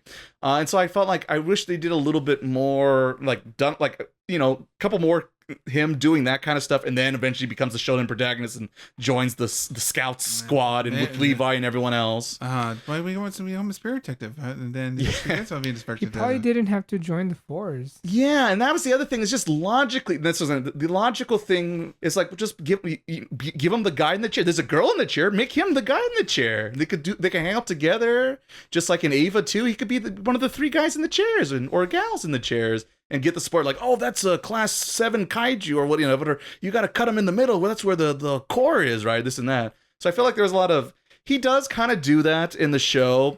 But the other thing is when you think about it, it's like, wait. This organization has the money to somehow take the carcasses of these kaijus and turn them into like, weapons of their own for humans to use. No one's ever like really decided maybe we should like dissect them and like really do a full research and study program about these kaijus and all the other different kaijus. Seems like a very obvious thing that they apparently do, but also don't do. But I make the tiny gun though. Look at the gun. It's a hell of a gun. So it's a little one of those, like when you think about it, you're kind of like, wait a minute, how does that work? Where they know this, but they don't know that. It's like how one of these doesn't. Well, we researched. Can I make a bigger gun out of this? Yeah. So. But at the end of the day, it's about power levels. It's like I said, it's literally what's the sync ratio. So if you're a Dragon Ball Z Eva fan, checks a lot of those boxes. And I'm a fan of both of those things. So at the end of the day, I did like it. But like I said, I could understand why people would be like, yeah, no, it's not for me. But everyone has their own different opinions. He just reminded me of a joke. I don't know if it's a joke or it's a real thing. It might be a joke. All right. Where there's like the researchers and it's like, oh, they're trying to invent something and it's like, oh, we invented penicillin. We're trying to make Viagra. Throw that away. This is like, I believe that's it's just like what you said, the weapons. We want weapons. Who cares about this? Right. Dissecting. That's what it feels like. It definitely feels like that. Oh, my last one. I almost forgot my biggest gripe about my favorite exposition moment of the whole show. Oh no, I think I know this. When they have they're talking to what do we do with this kaiju number? He's in the prison lock. We got to figure out what to do with him. Mr. President or whatever he is of this division. What should we do with that? We haven't seen one since the last, kaiju that blew up. The one where your wife died. It's like, what the fuck? Who would say that like that? Yeah, I think he remembers the scene when his wife died. I think he remembers that. Why would you bring that up, asshole? When your wife died, that one? It was so like, what? I'm gruesomely. Sorry. Yeah, your wife got cut in half. Oh, man, she was in pieces. It took us hours to put her back together. What the fuck? What's wrong with you, man? Shut the fuck up. That guy lost his job that day, let me tell you. But I cracked up when he said that. Like, I'm sorry, double check, huh? I know my Japanese isn't perfect, but I'm pretty sure this man just fucked up. But yeah, that was my favorite, come again moment. But yeah, still overall, a decent enough time if you could manage to turn off your brain a little bit. Another thing that this show made me think, especially early on, I was like, I would want that job. Like, the cleaning crew. I don't know why he was looking so down on it, because that's like, it looks like it pays a lot. It doesn't seem like it hurts. And like a lot of overtime. I was gonna say there's a lot of overtime. But it's Japan. The American division, Frank. The American division. Kaiju's come out here to LA, I imagine. Kaiju. Does that mean monster? What does that mean? That's the monster. The big monster. We need the monster division in America. Then I want to work there. You overtime. Boy, here we go. What about the smell though, Frank? The smell. I was gonna say you're gonna need how good your sense of smell, Frank. Oh. Yeah. Hopefully not Tanjiro level. It might be worth it. There you go. Just take a lot of baths. A lot of baths. A lot of soap. A lot of got shampoo at least twice, maybe 3 times a day. Yeah. I mean I think he even mentions it like, yeah, I can eat whatever I want, like I can do whatever I want, like because of his job. Right. Like, that sounds like a good life to me. Sign me up. Get them scout. But you gotta dream bigger. Frank. No, that's something that foolish shonen protagonist. Overrated. Yeah. Like why? It's like a minor league baseball player. That's good. You're making these. Well, no, actually, not dream small. Accomplish all of your goals. I could go higher. Frank just wants to be Yamcha and get that baseball contract, and forget fighting Frieza and all these other freaks. I want to be the 3rd goalie in Manchester City. The backup. Yeah. Statistically, they're never gonna pick me. yeah. It's good. But then what happens, Frank? Wasn't it? It's like this guy got injured. This guy injured. You're in now. What? Huh? What? Yeah, you actually have to play now. I love basketball. Soccer.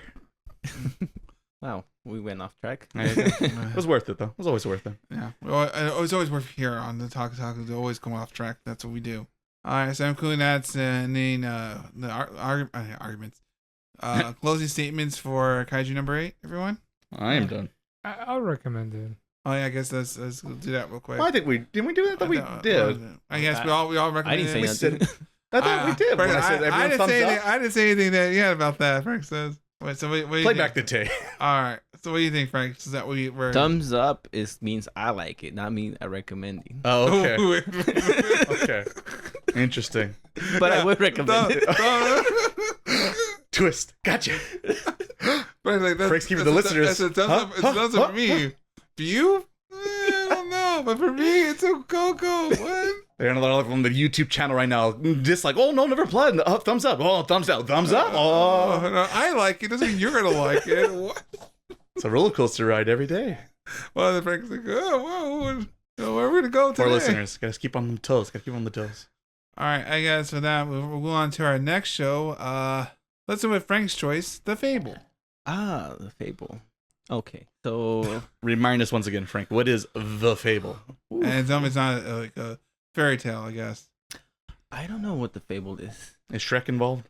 But the anime, it's about this guy. He's a hitman, right? Yeah. Hitman. I saw the show. I swear. That's where I saw it. There was a dragon. And The kaiju showed up. I'm pretty sure. He did a kamehameha. And these cute girls with instruments showed up. It was quite the buffet of an anime. I'm just a little iffy on the titles, the jobs and stuff. Okay, so he's a hitman and he does the job, and I don't know. I guess he's in danger because he's been killing too much. I don't really know. No, But- they just want to Lay low. lay low. Yeah. He killed too much. He was a little too many killings. He overhit his quota. Too much- per se. too many combos. His Grand Theft Auto was like on 5 yeah, stars. the 5-star. He had at least 5 stars. So they told him to lay low. He goes to this, I think Osaka. Osaka, which Yeah, I is think like so. I feel like he should go somewhere more. Yeah, I was gonna say Osaka's really not that remote or Hokkaido, secret. It's like the Sapporo, third popular destination in all Japan. Yokohama. I'm gonna go somewhere they'll never find me. Los Angeles. I'm like, all right, buddy. Good luck with that. He's gonna go to Tokyo. They'll never find me at the Pokemon Center. So his mission is to just lay low for a year, not kill anybody, and yeah, he ends up being hosted by the Yakuza Airbnb. Yeah, pretty much. Yeah. With his fake sister. Yes, don't forget the fake Which- sister. At first, I'm like, why is she going? I don't know. Okay, just she needs her. Vacation. I mean, he needs her, and yeah, it's basically that's it. He goes and he tries to be a normal civilian, and things happen where it kind of makes it hard. So it's for me, it was interesting to see how he was gonna go around not killing or give in to his urges, which Mhm. I'm not sure that's accurate after I saw the whole. Well, I think because he seems mostly like that's like his go-to thing to do. He's not like say a psychopath per se, but he's like, well, it's more efficient if we just do it this way. Yeah, I remember. I guess I won't go into that. But yeah, Spoilers. basically that's it. He goes into the small town of Osaka Yeah, very small town. Very small. to lay low Never heard about it. with his fake sister. That's it. That's the show. If only it was that easy. All right. First impressions then, Frank? First impressions, the comedy was a little iffy for me at first, but then I got into it. I rolled with the punches. Mm-hmm. I was understanding his character more, and I'm like, okay, he's not being stupid. He's just stupid. He's not because I He's feel not like putting a facade. I get you. like in Kaiju, I feel like they were trying to be funny. Right, And this right. guy's just like I don't know why he's eating. He's weird and He's different. weird naturally. He's not like. He's not trying to be funny or Yeah, weird. that's He what I just is. Yeah, and then the sister, I went back and forth with her because I'm like, is she a good person? Is she a jerk? What is she there for? And then at the end, I come like, okay, she did something. Charlie Worthless. What else? I liked the boss. I liked I pretty much liked all the characters. I had no issues with anybody. I don't that kind of. Oh, there was one guy. I didn't like, which was the guy that was like, which was kind of funny at some point. The guy that was like, Wanted to be. the guy that was like, oh my god, Sensei. please train me. Mhm. That guy was a little too much at times, but Mhm. other than that, it was fun. I enjoyed it. Without saying any spoilers, I liked all the characters. I didn't like the opening. That it was too, it made me fall asleep. But the ending I loved. I loved the ending. It was kind of like, I would put it on and I would just be like dancing with my My nephew. Oh, okay. Yeah, because it was Let's dance to a killer. It was that before or after the murder? It was a banger. And you know what? I didn't show him the anime. Quite literally. I didn't show him the anime yet. just skip the whole episode. Just put the song. There you go. Last 90 seconds. It wasn't the whole song. It was just like 40% of the song. Okay. But it was good. It was good. I don't want to talk too much because I feel like I'm gonna spoil stuff. Okay. But I have no complaints. All right, Ray. So, okay, I guess expectations. Let me start with expectations. So, Frank chose this show, and last time we talked about The Fable, he mentioned that it was supposed to be like a comedy and maybe potentially like a dark comedy, because I think I was asking him, is it like a Barry? Like Barry, because like that's a show about a hitman who's trying to like, I want to get out of the game. I just want to become a Hollywood actor, moves to LA where it's, really secluded and quiet, so no one will find him. Just like Asaka. So I guess I had that kind of expectation going out where it's like a very sarcastic and almost like a satire of the juxtaposition of doing one career and this other career, and putting them against each other and see how wacky and weird and funny it is. This show wasn't Barry. This show was a telenovela that was a very boring Yakuza story at best, in my opinion. This show started off it promised a comedy. Frank suggested it was a comedy.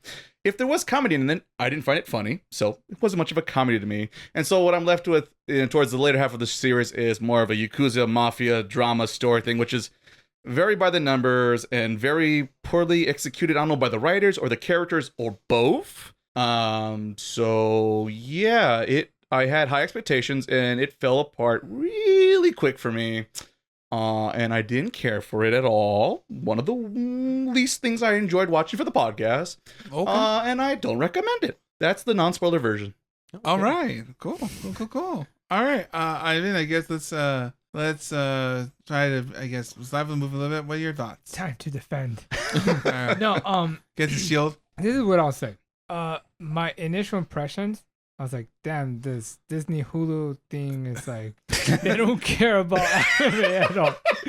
Like, put it on the service. I don't give a fuck. 720, format is like, it's just like very low resolution. Like, right. The subtitles, like, it's so like clunky. That was my initial. It's not Crunchyroll, I'll tell you that. Yeah. And Crunchyroll is not even that good to be. That's the thing. Well, yeah, for better for worse. So like the first 2 or 3 episodes, especially with like the viewing on like low quality, I was like, oh man, this is gonna be hard. This is gonna be hard to watch. However, though, I think what kind of like I ended up enjoying was I just thought he was refreshing, as far as like compare, Kaiju number 8 and compare the main character of this show, and I can definitely say this is not for everyone. I am 100% sure with that. But when you see 100 animes of like that, that shoujen, you have this is same formula. This in a weird way felt like a breath of fresh air, and that's kind of like my initial impressions of it. So I ended up liking more than I thought I was gonna like it. See, I guess it means me last. The thing with me is at first I think the show was trying to attempt to be a kind of a dark comedy. With him is like you see his weird personality quirks here and there, not being the Jack or no the Jackal, the same person. The Jackal guy. We'll get into that in a minute. I thought that was funny. The Fable per se, he was him trying to like lay low and try like just dress nice like in like these baggy clothes, trying not to overanalyze, try not to take out everybody that looks at you funny, and him trying and this weird quirks like he likes this weird comedy guy who no one really gets, but he thinks it's funny, and him being naked because that's just what he wants to do when he's not it's hilarious. Naked people are funny. And I guess because it's like he's not a psychopath, but he's a fucking psychopath. But don't get it wrong though. He does not kill for I guess for pleasure or whatever. He's like I guess he's a professional. He's professional, and that he sits there almost every. I can't forget every fucking 2 seconds he says it's like I am a pro. And it's like okay, yeah, he's a pro. And then of course the classic I think with he does his forehead. He's like, oh yeah, I can switch anytime. See, I just do this, and I switch my personality. The attempts it tries to be funny, it's a give or take. See, I didn't think they were trying for him to be funny. I just thought he was an oddball. At least I didn't get that impression. Well, I mean, I know, but I guess to me it is, you weren't sure at first until you get a couple way through to say, oh, this is this guy's personality per se, but going like, what's this? It's like, I'm not a psychopath, and he says every single by the book. I'm pretty sure he's a psychopath. But, before you understand his character per se. It's a very different show, that's for sure. And overall, because I guess I played all the Yakuza games. Their attempt at trying to do Yakuza storyline is kind of weak and and that doesn't really the captains and the sub captains, and I don't want to be a fan, but I don't want to mess up. There's so much logic that kind of jumps the shark in terms of how Yakuza are. Granted, of course, I argue Yakuza games aren't exactly 100% accurate per se. Wow. But the way this show kind of allows us to know our antagonists to do certain things, like, wow, they would have killed him on the spot because for buying the hand that feeds him. But they do it for plot reasons, and then the main problem is that at the end of the day, you really forget. Oh, and here's the Fable. You mostly get swept into this Yakuza drama, and the Fable shows up like, oh yeah, he does this. He's still here. We haven't forgot about him. That is going to has a moment, and then he's going to disappear again, just be his own weird self. Because I feel like every time we spend more time with all the other characters than him, and then when he shows up, he's here for like a comedy relief for like 5 or 10 seconds, or he's actually going to do something now. At the end of the day, like I said, it is it kind of give or take. It's kind of like are you used to this stuff or you're not used to this stuff? It is different than all the shonen stuff we've seen in a while, but this is like if you seen enough of that kind of genre, and it doesn't exactly do the best either at that. So it depends on your experience, I guess. I guess that said, I guess went into the spoilers. Yeah. Suppose so. All right. Before I feel like this show's gonna get real interesting. Let's ask Ivan to Me? Yeah, to infer more on your defense of the show. Defend this. Well, I mean, this is your show. Ivan's the Fable. Build the shield up, because I feel like this is gonna take a lot of beatings in the next couple minutes. I mean, everything like that you said, like Ray. I mean, I guess I'm not gonna argue against it, but I didn't hate it. That's all. That's the best way I can say it. So I felt like I probably thought I was gonna feel about the show a certain way, but then at some point, because right now I was hearing what you were saying, and you were saying something about that it's like a cheap, what are they called again? Yakuza, right?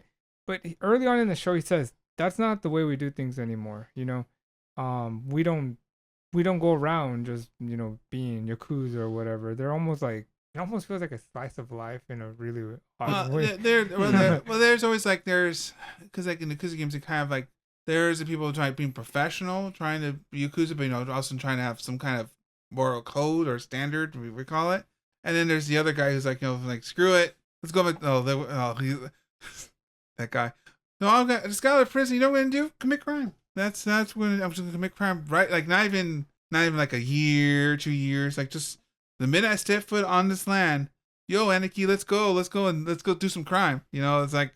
But that didn't bother me. The brother of the one that was, I guess, the antagonist of the show. Pretty much. Yeah. At least for the part we covered. It didn't. I mean, he kind of was moving the plot forward. Yeah. I guess I'll just. Well, yeah. Go ahead. Yeah. Sorry. I'll just. So basically, this is my interpretation of the show, and I have to go to the very ending.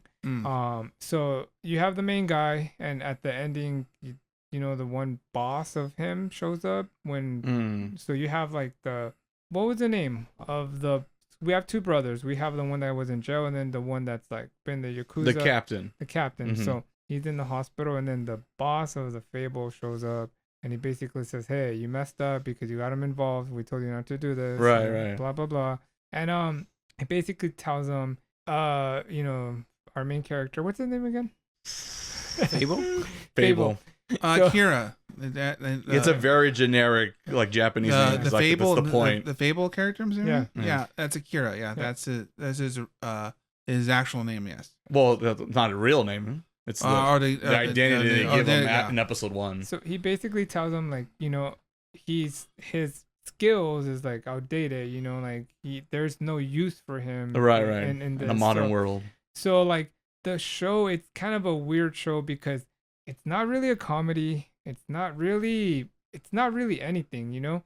It's just about this character that's like learning to, you know, kind of be ordinary, you know, and kind of not be this. But I guess like my favorite thing that I liked about the show, and I have to go to the very end, was in the episode. Remember that because you know the brother that was in jail, he ends up doing some bad things, and he has to get killed off, and he does, and all that happens. It's not even the like it wasn't on screen very violent, but it was probably the most violent ish. You know, it had the most violence of like from the beginning of the show to the end, where someone was killed off, and then Akira goes at the top and he's barbecuing, and he says the line. He says, "Yeah, I think this it's so peaceful here," you know, or something like that. So that was probably my favorite line of the whole show, because like you know, you have this character that's like I guess used to a lot of bloodshed, and even though he just saw like someone dead in front of him, he still goes up and he's like, this is still peaceful. So that's kind of like what it is, his story just transitioning into like being, you know, ordinary, you know. And as I said, it's not a show I probably would say you need to watch this show, but it still felt I feel like it still like checked enough boxes for me to say like I liked it more than disliked it. Frank, any thoughts? I feel like going to Barry. I feel like he might be psychopath too. Oh no, he is. So I don't know. I just felt like I prefer it. I prefer it if he's a psychopath, because the other option would be just a normal guy just doing things. So I'm just like, I'm glad he was an oddball. I had the same impression I even had, where I'm like, I don't know how I'm gonna feel about it. I thought I wouldn't like it, but I ended up liking it. I ended up enjoying the comedy that Ray didn't like. I thought it was I think it's kind of like you were able to turn off your brain with Kaiju, but not here for certain reasons. And I think that's the part where if you can turn off your brain, you're gonna like it. There are things that didn't make sense, but I just was like, yeah, it's fun. He's the weird one. Like, for example, where he would eat certain things a weird way, and if you really think about it, it's like, how can you not know these basic things? But it's kind of like, then I would watch thinking like, oh, what weird stuff is he gonna do now? So it was just like, I guess it's hit and miss. For me, it was just like, I guess in a way I feel like I was him, where you know how he would watch Jackal and he would just laugh in a stupid way. Right. I would watch him and just laugh in the stupid, like, oh, Fable. It's just like, you did it again. No, and I understand, Frank, because honestly, if the show was more like that, I thought it was funny. I thought it was funny when he's like, he was watching the telenovela of the Jackal guy. He's like, hang in there. Right. It was so stupid. It was just dumb. Or he would say, I'm gonna buy that CD. yeah, Press support. You know, but I wish it was more of the Fable. That makes any sense. I wish there was more of that kind of like this I don't want to say common, but like more, if you see more of his personality, more about him per se. But I felt like halfway through we forgot about him. Like he's now become a support character. He's the name of the show, and now it's the Yakuza drama, which you go like, not like if you see the Yakuza drama, it's like it's always the same. My brother killed my brother, so now I'm gonna know. Or my brother's now trying to take over this land, part of the family. Da da da da da da. You know, it's a lot of it. I felt like they left him behind, and they only brought him back only like to save the girl at the end. You know. Well, I will say this. When that plot line was like developing, and you know they took her the love interest of Fable. You want to know how I honestly felt? I felt like a 15-year-old boy wrote it. Like, you know, when they kidnap the girl and he has to go save her and all that, it felt like very like, you know, the damsel in distress. I did feel like, yeah, this feels like a 15-year-old, you know, type of writing. I'll admit that. But as I said, I still felt like it just didn't get in my way personally to be like, oh, I hate this, you know. I'm once again just in kind of in defense of the show.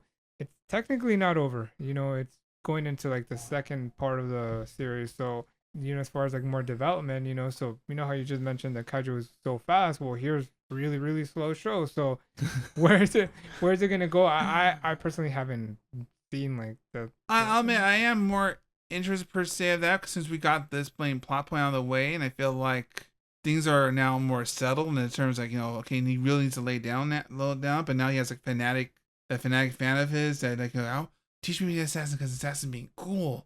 You know, that could be interesting because he doesn't see killing people as I'm killing people for fun or to get off or whatnot. He's like, I do it because I'm very good at it because I'm a professional, right? And he's like, this is not like I'm not. It's not a joke or something. I know everything he does because because he's very good at it.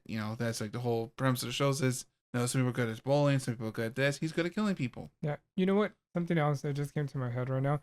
I just like that it was adults. The show just had adults. Like everything's like freaking high school 12-year-old boy, and it was a show with adults. So I think that in itself was enough to. Sometimes you don't want to watch the freaking little. What? No, come on. But the demon girl there, she's like 100 years old. Don't you want to see the demon girl's 100 years old? But maybe she's not. I don't know. But she has like a 14-year-old. Lolly fans rejoice. That's him, officer. Take him away. But also I feel because it's a mature show, and I talk about right as a sec. What we're that's in between, I guess. This show you can make it to live action, no sweat, you lose. I'll tell you about that in a bit. And I feel like this show actually might be better because I feel like being Frank is shaking his head. All right, hold on, Frank. Hold on. Curious and curiouser. But I guess the thing is that I don't know why it's animated when it could easily be live action and nothing significant will be changed. I can see it though. All right, Frank. Frank. Okay, go ahead. I assume there is a live action. So first of all, it didn't bother me that it kind of took attention from him because I hate it. Like for example, Dragon Ball Super, where it's only about Goku. I like it when they spread around the love. I guess I'll talk about the live action. There is a live action movie. There's actually 2 movies. Of the Fable? Yeah. Oh, okay. Does it cover the same story beats? Yes. The first movie is basically what we watched. Okay. Right now. Okay. Here, I like this, Frank. Wait a minute. Frank, extra credit out here. Frank did some work today. Yeah. Wow. I watched. I was like, let's compare. Okay. And I did not like. I think Ray's review is my review of the live action. Huh. It's just so stupid and like, oh my god. Interesting. They changed certain things about characters and not for the better, and it's just like. There's certain things that you argue they do better animated than they did in live action. Yes. The one thing that I hated about the live action is like I like the spoilers inside the spoilers. The brother from the one that got out of prison, from the prison is just so over the top annoying. Like they just laugh for laughing. And then there's the other overly acting. Yeah, there's just this character where seen Goodfellas too many times. So he's literally like playing a Yakuza stereotype. Really. Also, that would work. Is that what it? I don't know. Oh, that's the other thing I wanted to mention. The way how you said that it was like a bad Yakuza story. Like I think that's probably one of the reasons why probably enjoyed it more than you guys because you. Well, I'm guessing you two have played Yakuza, right? Yes. So you more in. I know certain terminology and systems how it works. You know more about the Yakuza organized world. family crimes. Yes. You probably feel about the Fable the way I feel about Blue Lock.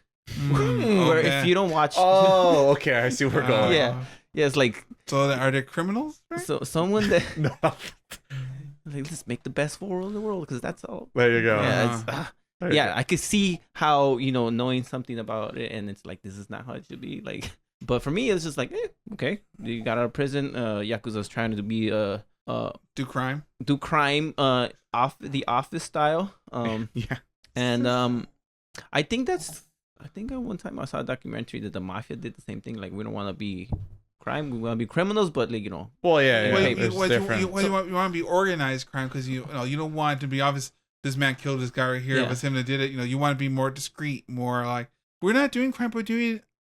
In between lines, or and that's kind of what they're the shadows, for, right? Well, question mark. Well, that's what the modern Yakuza is trying to be more, I guess, civilized, more trying to do things respectfully. While of course, obviously, the brother was incarcerated in prison for 15 years. It was his brother, right? not really. They call each other brothers, but they're not like blood related. I felt like in the Yakuza system, you know, when they're part of the family. If you and when you and your we call blood brothers, you know, they make a pact. They decide because I thought it was his real brother. They're going to become partners for life, basically. In the movie, they like clearly say like, okay, he like multiple times. Oh, well, he was just someone I was close with. He was my, what do you call it, senpai or no? It could be senpai. Yeah, Aniki, interchangeable. Yeah. So back to the movie. The order of things are different. Like the kickboxer and the he makes it in this cut. That's funny. He I don't think he comes out in it, or it's weird. Like, because in the movie the main bad guys are the assassin, the one he hires, the assassin with the hoodie that army one. That's when he was a bad guy. He's got a hoodie. I think he was the main one, and then he had like a person with him, and it was like those two were just so stupid because they run into the scene like in the beginning. The first people that the Fable kills, they go after, and they're like, "Who did this?" And like they find the phone, and they find out it was just one guy, and they're like, "Oh, we gotta find this guy." And it's just so stupid. Like they was just like, super excited about it, and it was just dumb. I hated how they acted. The other thing I didn't like about the movie was that it was too much action. Like in the anime, he finished things quick, like boom, boom, boom, I'm out. And this, it was like one burst. It was the Warriors Dynasty fight. Like, just piles and piles of guys to I was just like, this is boom, not boom, boom, like, boom, just doing combos. The death tolls going up in the corner, like going like 200, 300, 400, and 500. Sheik shows up. It's crazy. And then Guts is there. And then Joker. I liked in the anime where he was like overpowered, and I think that's part of why they kind of like didn't focus too much on it, because like it's like if we make you do stuff, the show will be over in 2 episodes. Like, so they're like, okay, let's. That's kind of the conflict of the show in a way. Yeah. He's like, I'm withholding this ability that I have, and I'm learning to actually enjoy it. Yeah, that's kind of like, I kind of feel like he was like Superman, and he's trying to suppress his powers. and that's what I enjoy about it, because in Smallville, I like the episodes where he wasn't out yet. And he had to hide it, like, oh my god, like, like, don't look at me. He's Kaiju number 8. and yeah, kind of. And I didn't like the later seasons ones, like, oh, let's call Clark, because he can fix this. And then he'll show up and not even like try to hide it. Is like, so that part of like, I guess, drama about it is what I enjoyed. Yeah, like it was funny when he was like having fun, like pretending to get beat up. Yeah. Well, that part, I enjoyed that part when he was like, "Oh, can I go and make feint like this?" And then, but now look at like he really punched me, and I go, "Ah!" That was literally one of the few highlights I wrote down throughout my watch. Like I said, when the show decides to focus on him and see him trying to be normal for a year, then that's when it's kind of interesting. But then when the show halfway through forgets about him and becomes more of a weak Yakuza drama. And you have to show up at the end of the day because, oh, I forgot, he's here. Yeah, he could save her now. As I said, I did think that, and as I said, I felt like it got written by like a 15-year-old boy. Girl gets kidnapped. Yeah. Main guy has to save her. But it wasn't enough for me to be like, I hate the show. It was more like it got solved pretty quickly. And maybe too quickly. Now we need to, move it along. Got pleased to be. And like I said, I feel like maybe if we watch the second part, maybe... we'll find its groove. We'll find its groove and try to find a better ending or whatever. We find a better conclusion for it. But judging as what we're at right now, according to this is literally season 1 ends on episode 13 or 12. Yeah. Or, it is kind of like a little. So. Well, I was afraid to watch the second movie because I'm like, that too. Oh, so you already know more then. No, I didn't watch the second movie because I'm like, should I wait? So the first movie ends where we're at? Yeah. Okay. Yeah, in the roof too. Yeah. So it's just weird. Like they have like these scenes where it was the same, and then they changed it completely. But why not? One thing I did like about the movie is the girl, besides, because in the anime I think her job was making equipment or something like that. It's I don't know, debatable what her I don't know, job but is. she- Was it? But that's the thing. The sister character, right? She did the Pokeballs. Okay, I saw it. Yeah, I guess so. I don't know what the Pokeballs did, but But he also did do it. He But was then doing the she bullets. also did it. She was probably the most useless character. But she did make me laugh.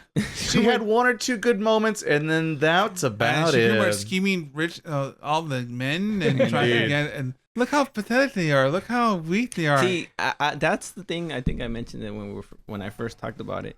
It's like I don't know if she's a good person or she's just like doing it for her own fun, But and I still don't know. She didn't bother me as much as the other girl from the other show. Yeah. Because I feel like at least she like followed up, like, you know what, like, because she called him again. So I don't know. She's, you can do it. She'll put like things like so they can fall down, which is stupid. In the movie, she can fight, so that's kind of like what That's different. you can do something. I was just like, 'cause You're not useless. in the movie, she saves the girl. Well, there you go. Um, Girl power. I enjoyed it. I enjoyed it a lot. So we I got wouldn't recommend it to everybody because Ah. it's had some weird parts. Yeah, it's weird because there are also some like there's some other storylines and things like doesn't mix with the stalker guy who has cameras and That's Yeah, a whole plot line. and that happened. You're going like what? And they dropped it as quickly as they started it too. Yeah, and it's like and I guess that disappeared and okay. That, you know what, that was We'll a get part we'll that get back to that yet again when the last one, but we'll get back to it. that was a part that kind of like I felt uncomfortable watching those moments. Even her scene, like when they were gonna like rape her. Oh, well, yeah, that's always Yeah. uncomfortable. Yeah. So I mean, Yeah. that's what I'm saying. Like there were some things that. That's why I said it felt like a 15-year-old boy wrote it. Yeah. Yeah. In some parts, you know. In some Yeah, parts. because you know, The SAO guy wrote it. Right? That's what I want to say. There's that too. Fable, you make me laugh, but you know, if you find out that a guy is doing that, you don't just like turn the okay, Yeah. you be you. No, it's like, It's fine. it's like no, this is not right. Like Maybe we should do something about this. Versus nothing. Okay. yeah. We'll see what happens in season 2. I'm sure they'll What a hero. address it. Yeah. So I guess like we no recommends, but like if you if it piques your interest, it'd be okay-ish. Maybe determine your mixed bag. I guess at the end of the day. Yeah. Oh, I hated it, but sure, if you want to call it mixed bag. Well, I'm trying I wouldn't- to be fair here, Ray. Trying There you to go. trying to it's not Oh, exactly. what an optimistic person you are, Miles. I try to be, even though my poll's terrible. All right, so I guess we'll move on to our last show, the Ray show. Let's see. wait. I would Hmm? I wouldn't recommend it to everybody because of the certain scenes, Right. but I would recommend it to. What? Oh. Wait, what? What were you, Frank? We're asking for your hand to be raised.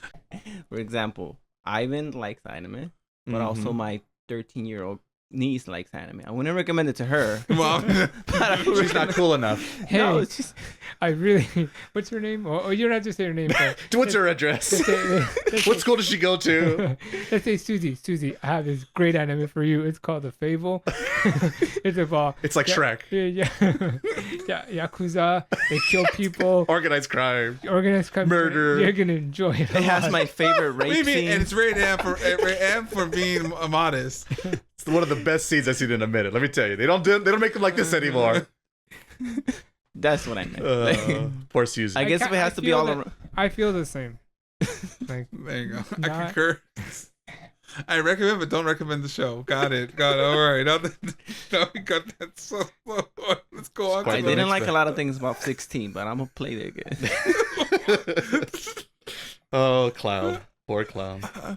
Oh, right. Okay. Let's go on to our last show. Was it the jellyfish can?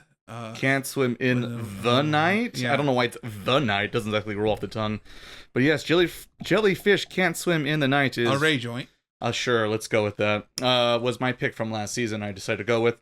And so in this story, it is the quick version. It is kind of a cute girls doing cute things story with a little bit more heart and drama. Let's say a little bit more than your average show.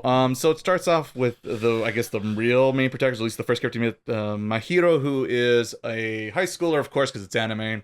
And she is an artist, but she's like, I guess maybe like a maybe an ex-artist or a one that's on a very long hiatus. She used to be into art when she was a kid, but I guess she kind of fell out because I guess she was afraid people were going to make fun of her and her artwork, and so she kind of like lost, courage in herself and her art form, and just kind of, for the last few years really hasn't really drawn anything, just kind of just going through life kind of stuck in a rut, like a lot of anime story setups here. But then one day she meets a ex-idol named Kano.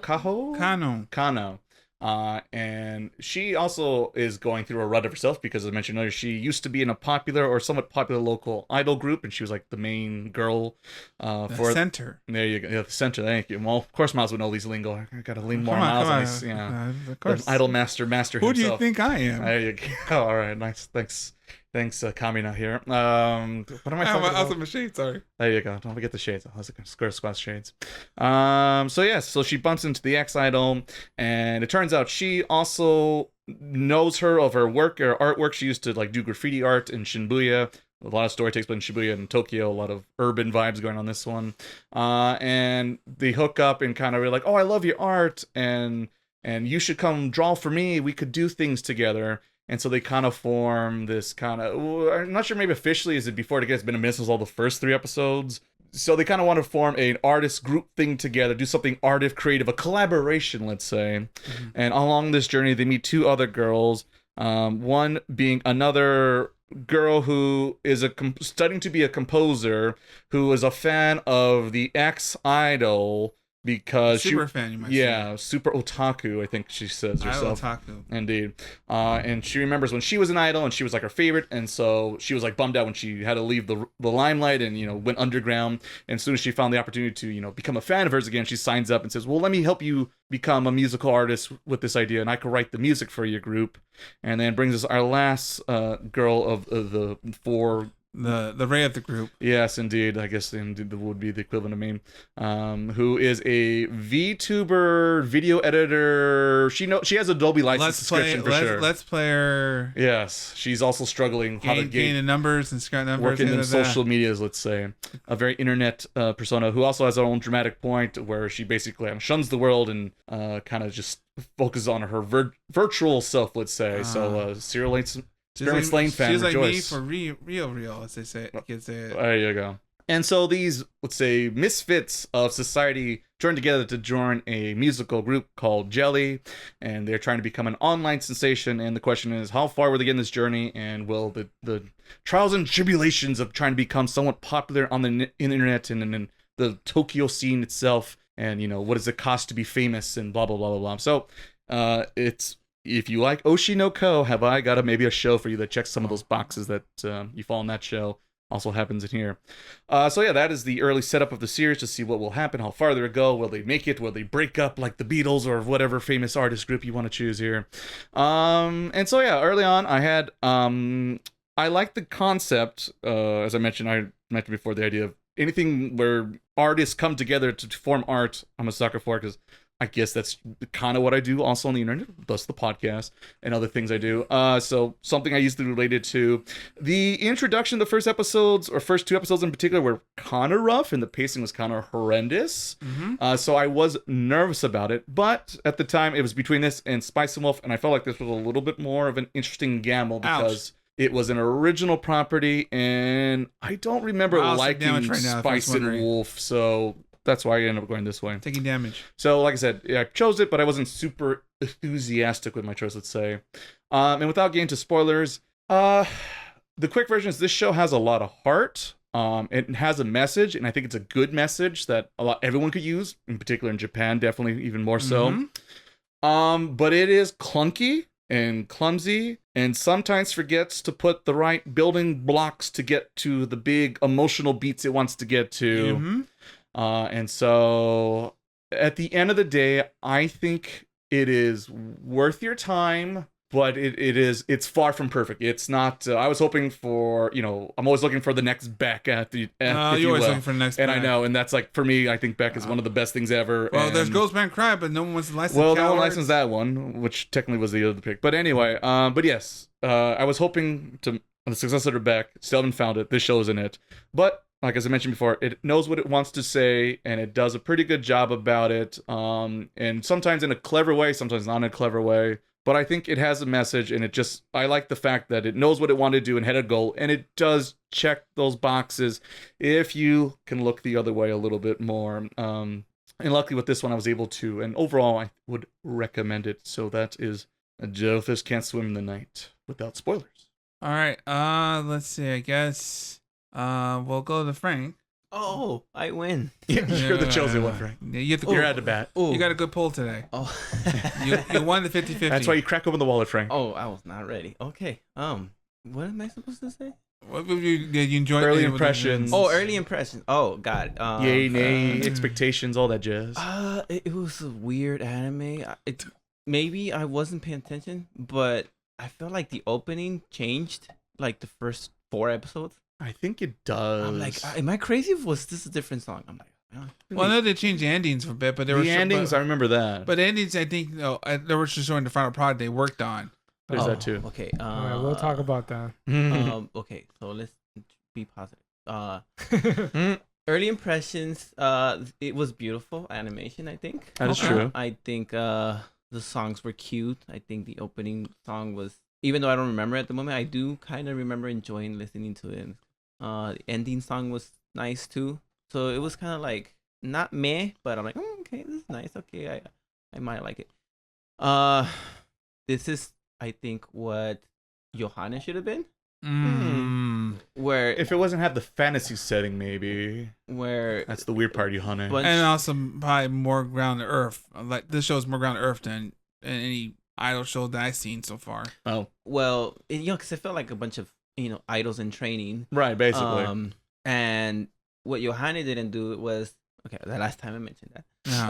I know. Was that I felt connection to these characters more, and then Johanna was like, hey, I love that dog. Oh, sorry, I said it again. Damn. Gonna go 1 minute. All right, okay. I like how boom, boom, boom, boom. There goes Johanna. I'm not gonna do it again. Beep, beep, beep. Boom, boom, boom, boom. Poor Johanna. So I was like, yeah. So it can work. I was thinking it can. It will fly. That's what I was thinking. So yeah, that's my emotions. It was very hard to watch, or let me say, it was very hard to start watching this anime. But once I watched it, I'm like, okay, I'm curious to where it's going. Okay. So it was just like I would think about what I gotta watch, and I was like, should I watch One Piece or should I watch? and I would watch paint dry, watch a blue screen of death per se. This wasn't paint drying. This was this was the paint from Splatoon where it moves and you can go in and out. So yeah, it was tough to watch. I did have to cleanse myself after watching it. Oh, okay. With One Piece, because it's like, this is not who I am. This is. There you go. Manly stuff. Watch Luffy punch this guy. I'm not a teenager little girl trying to make it in the world. I'm a big pirate man. I'm a big pirate. No, yeah, because tall. No, a very tall pirate man. Stretchy, tall, puffy man. I was talking to people as texting as I do, and they were like, "What are you doing?" I'm watching anime. What are you watching? One Piece. I'm watching One Piece, Attack on Titan, Dragon Ball Z, Bleach, Naruto, you name it. I'm watching it. Yeah. No, I didn't like it. Are you watching it? No, I'm not watching it at all. No.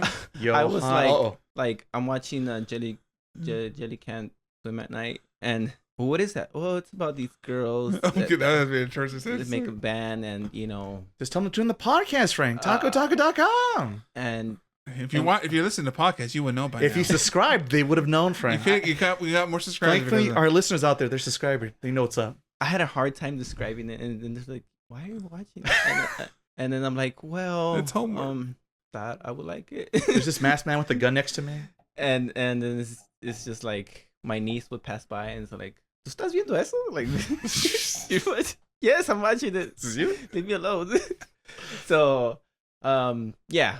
Without saying spoilers, that was my experience. I do like the best part of this whole thing though, that I wasn't in the show I chose. It was Tenley Ray chose, and you had to struggle with making this comment, and that's still the best. Another thing I thought was like this anime is the baby of Ray's type of animes with Miles type of something. That could be. Yeah, that could be a little bit here. I could kind of see that. They do a fusion. Yeah, there you go.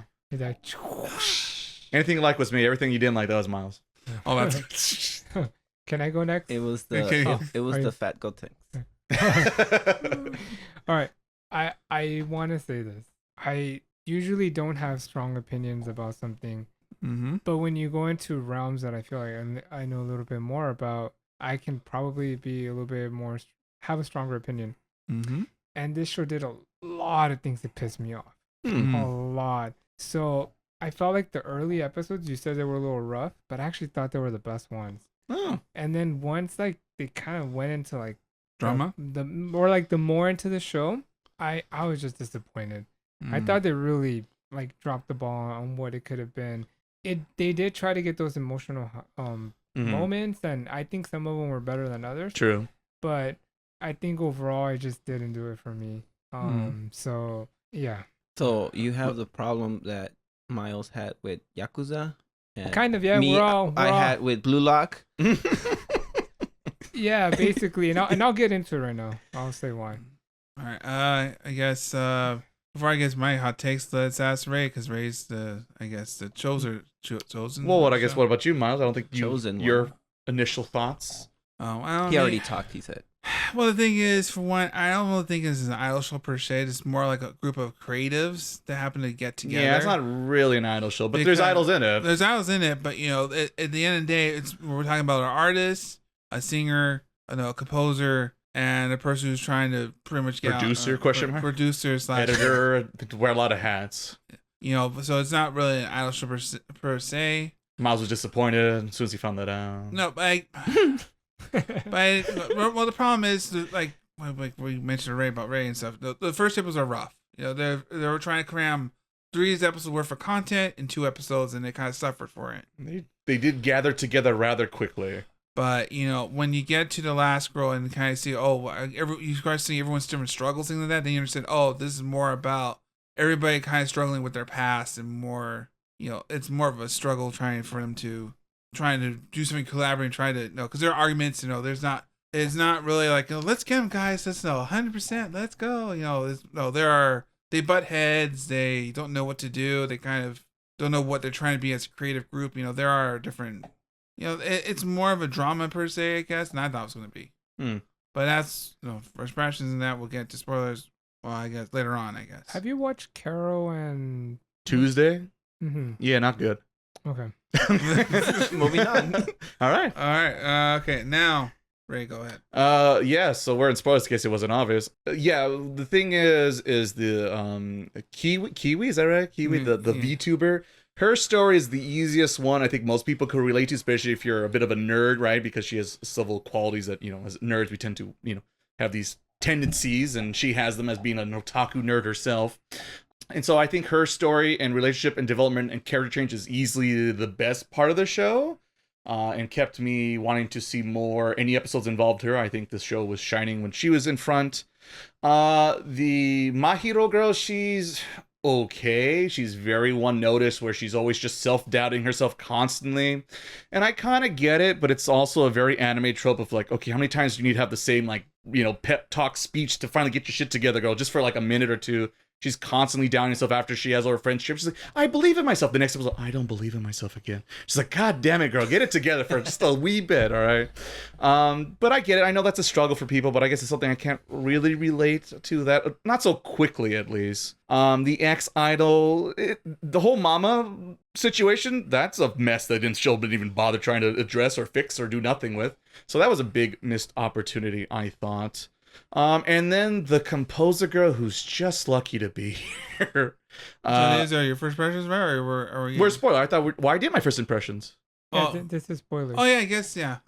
Because I started off introducing, and I did a quick summary. Yes, the composer girl who's just there for cheap comedy jokes of, haha, Julian, oh, can I get closer to her? The dark hair girl. Okay. Yeah, she's just always just drooling at the mouth anytime she's close to her favorite ex-idol or whatever you want to call her. Yeah, there's a lot of... She's just cheap joke, and otakus be nerds and awkward and can't read social cues, right? And I'm not a fan of, building up these tropes of people, but this show likes doing that with her. Well, because they're kind of really not wrong either. Well, that's the thing. It's one of those, like, you're not told, like, there's a reason why they're tropes and cliches, but at the same time, do we need to promote these things constantly? There's like 10 other shows that's got the same joke and setup. What are we doing with this?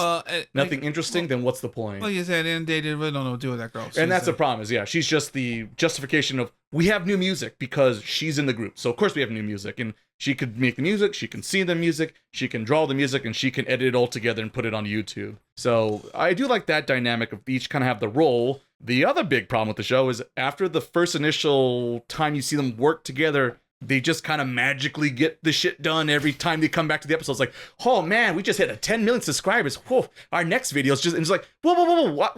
I would have liked to see the creative process of how did you get to this million subscribers and this and that. No, just, we're here, we're already there. And it's just like, what the fuck? I thought this whole thing was about climbing the Rocky journey. It was a good hit. It was like you watch the first half of Rocky, and then you get to the end of Rocky 2 when he beat Apollo Creed. Like, yeah, all right, take that, Apollo. Like, what the fuck? How did we get here? Well, viral hit, I guess. I don't know. Yeah, you were quite the internet sensation. So, yeah. Or so they say. Yeah. So that part is a little confusing and kind of like, I'm not a fan of it. Once again, I relate a little too much because once again, I also do these internet things that these people also do in the show. Twitch.tv/Sourdough. Yeah, exactly, like it's described today. I just find it funny. It's like, if only it was that easy all the time, then all of us would be, YouTubers, zillionaire, Twitchers, Mr. Beasts, and all these other internet personalities. So I didn't like the fact they just said, if you just try hard enough, you too could be a sensation. But the show is trying also not to do, it was like, we were also trying to do the Oshinoko thing. It was like, we want to do this, but we also want to do that, but we also want to do this. And it just seems weird spot where it ends up at. But the thing I did like is the fact of a lot of stories and a lot of the character-driven moments is about, they're all misfits, oh, you like art? Oh, you like jellyfish. Why do you like jellyfish? No, most people don't like jellyfish are ugly. Why would you like jellyfish? What a weirdo. And once again, you kind of have to know Japanese culture, where in Japanese culture, it's very weird to go against the grain and be like independent and have your own thought. You just have to be part of the normal crowd and just go with the flow. That's what everyone likes. Why don't be like everyone else? Yeah, just flow with the water, if you will. But all these characters, they're all going against the flow. The ones in Exile, she punches a girl, she changes her hair color, she does everything she possibly can. She goes against her mother, right? She's literally doing everything she could possibly do to break the normalcy that she was been set up and kind of brought up to become this perfect idol girl. So yeah, and then that was the other thing is the composer girl, like they kind of talk about, like, I guess I forget her backstory, but they barely touch it. And it doesn't really matter because she's just comedy relief, so another reason why she didn't work much or did much for me. At the end of the day, she suffered the worst because there wasn't nothing other than the fact that she's a taco freak and she is a terrible singer. That's like the only opportunity we learned from her. That scene was awful. And that scene was so. But I guess I understand they were trying to go for the emotional beat because throughout the whole series, she's like, I do everything, but I don't sing. I do everything, but I don't sing. And then it's finally the moment when shit's backs against the wall. It's time to do the one thing I said I'll never do, and I got to do it because if I don't do it, we're gonna disband, and I don't want that. So I get the emotional buildup for that, and they do work for that. So I did I did not get that. Yeah, that's the whole thing. She says it very quickly. So I get what they were going for, but it's probably too long. It's too long. It's because they're trying to do that big anime like moment, which I kind of sometimes like, but this one kind of fumbled the ball a little, where it's like over dramatic, like. It's like the clan after story where the older guy goes to, for you guys, for you children, this is all I can do for you, and I give it to all this epic like cheesy speech they're trying to do, but like it kind of works and kind of doesn't work. So yes, that part wasn't great. And yeah, just the mom gets involved, and then Mahiro's like, I'm gonna work for your mom, and she feels betrayed, which makes sense. But now it's like, then it becomes like just telenovela shit at that point, and that's when I was kind of like, I'm not really looking for this kind of drama here. Like I said, you feel the Oshinoko part of it. Yeah. Like we're doing drama for drama's sake. And it doesn't help it's the same animation production studio who did Oshinoko. It's like, how can we put a little Oshinoko out there that isn't Oshinoko, but maybe people might like, just to increase the numbers. And it just happens Oshinoko's also coming out next season. Well, maybe, the synergy, perhaps, if someone was producing, thinking on the big map. I got this, guys. I know what to do. I know what we need to do to pump up season 2. But yeah, it's, like I said, it's trying to go for all those things, and I appreciate that, but it is clumsy. And like I said, cuts corners, everything it can. It's the ex-idol girl that she punches, that whole plot line just kind of gets resolved too, along with Mother. Yeah. And then the whole, like, they were trying to do, like, the Yuri kind of stuff going on a little bit here, but also didn't follow through either. They followed the Star Wars plan of, like, not that gay, though, just a little gay. It felt like I hated that too. Yeah. They checked the box and kind of, like, just let that go. I was kind of hoping they were going to follow through on it, because I would have been like, oh, finally an anime that's about, this kind of love, which, some people think is taboo or this or that. But it's not so hand-fisted half the time in anime productions. But they didn't go for it, and just once again, it became Star Wars, where, no, not happening. So that was a missed opportunity. But I think that's the problem with the show. It didn't know what it wanted. I actually think they didn't know what they wanted to do. They wanted feelings. That's what they wanted, and they got there. Now, if it worked, and blah blah blah, but they wanted big feels. What do you mean by Star Wars? Like, I'm not sure. Because one of the characters, they implied he was gay, and they never which one? they never The stormtrooper guy and the X-wing fighter pilot. I forget the Poe. Really, I never got Poe that. and someone. He has a name. Really? Finn. Yeah, Poe and Finn. How did I remember that? Good points for me. But there was a heavy apply like this. There's a bromance going here. But then later on, they brought you some two random gay ladies at the last movie. Like, here's your gays. And it's like no one wanted. We wanted these two, not who the fuck are these two? They're just like the background characters. They were too scared to make a main character is gay because don't want to ruffle too many feathers. But but we have here, so like someone's like, I feel represented by this movie. And who was the Finn and Poe? Poe, the pilot, Star Wars in this anime. Mahiro and the Kano. So the blonde hair. the blonde and the brown hair. You know what I kept thinking you were saying? My hero. Like, oh, he must really like her. No. Mahiro. Oh, my hero. I gotta put the Japanese accent on it. Well, the problem at the end of the day, it's you mostly don't watch Kiwi and her story. Really. Weren't they all lesbians? I feel like they all be. I feel like they all had. Maybe. Well, see, Otaku they don't get into that. Otaku fandom is weird shit. Yeah, well, there's that. But basically, yes, is also the very light implications. Yes and no at the same gosh darn time. Because even there was, and that's the thing is, all the supporting cast that's there that they show in the opening, but they have no fucking role in the overall story at the end of the day. But they're in the opening. It's like, they got lucky to get in the opening. So yeah, a bunch of actors. Yeah, a lot of shortcuts. In the show. At the end of the day, Kiwi story is probably the best story of all of them. Because the girl was shut in. They didn't want to no, she stuck to one outside because she was seen as too weird or whatnot. So no, she just stayed home and she just YouTubed herself to be like try to get herself out there, not being herself out there. Right. She's in a weird way she's like fixing her problem, or she's tackling the symptoms but not the disease, right? I also didn't like her story though. I don't know. This is just me though. I guess I'll say how I felt about it. So I love animes that when they choose like a subject, and they show you like love for it. Mm-hmm. And so Beck, like Beck, 26 episodes to 13, so you definitely have more room for more development. So you can't compare them. So when you mentioned about Beck, I didn't think the show, here's Beck number 2. Right. But the first episodes, it promised you it was gonna Right. you were gonna be part of the creative process, and you already mentioned that they just completely cut that off. Yeah. But there was certain things that really bothered me about it. Was I said I was gonna mention Justin Wong.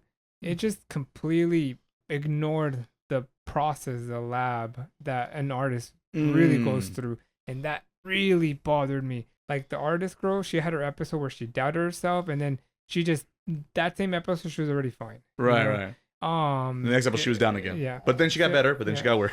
So your hero. So Deku. There was no development. And another thing that really bothered me was where like, let's do an all-nighter, and then you get this anime music video at the end. Right. Then I told this to Frank that took months. Right. For the animators, the composers to make, and these girls did it like in 12 hours. They're just that good, Ivan. Yeah. It's so they're a YouTube sensation. They went viral. Like, I mean, it can on the first shot. It does, and it can happen. Statistically, very unlikely. Yeah. So nice. it just did so many like things where I thought it was gonna show more of like the creative Right, process. me too. And it just didn't. And another thing that really bothered me when they did like the little concert and she's like drawing live, that was stupid. I interpret that as not her drawing live, but like just changing out the slides on the projector.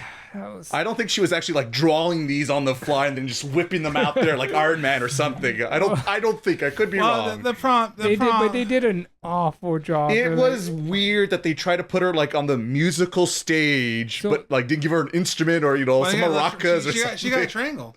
Yeah. Oh yeah. Well, yeah. That was the joke. The last scene was bad too. It was like these steps. It's almost looked like it was like a, I don't know, like. Well, see, because they're going down to hell and they're raising to the heavens, like they've overcome the mountain, the journey. Ivan, see the metaphors. They're genius. The relationship between Mahiro and Kano. Yeah. I felt it was unnecessary to do that. There was like no point. Like it dramatic and visual. They thought it was interesting. Like, oh, what does it mean? Well, it's like Sasuke and Naruto kind of vibe going on there. So little bit, yeah. And I guess like this is my overall like point, and you guys might disagree with me, but I disagree. I'm not a fan of like the all-female cast shows. Like that's because you hate women, Ivan. they just feel odd to me. They just feel like something just doesn't feel right because it's just very unrealistic that you have like no talented women. No. I'm just talking about. There is no way that you can have like it's just not real. Period. Right. So you the cannot, fact of what's not real. Like all like women can't. There's no men in the world. Yes, it's just that was another weird thing I noticed after time. Hey, we had those two guys that showed up that have like two lines. Yes. There's like only two male voice actors got paid on this production. Yeah. So I'm just not a fan of it. That is weird. That part is weird. It feels awkward. It feels like I don't know. I just can't. They should be female centered, but like men exist in this universe, do they not? Yeah. Maybe they're on the Wonder Woman's island. That's what it is. Yeah, that's Amazonia. I've come to that conclusion. Like as I said, no one has to agree with that, but it just feels awkward to me because. Like when those two guys showed up, it was like, why now? Yeah, right. And someone thought, like, hey, isn't it weird? We haven't like a single male like person speak in this whole show. So, I don't know. So it was really disappointing to me. So I ended up probably, how you said for you, Fable was one of like the worst ones you watch. I kind of put this one close to it too. Oh wow, really? Yeah. So I could kind of see it.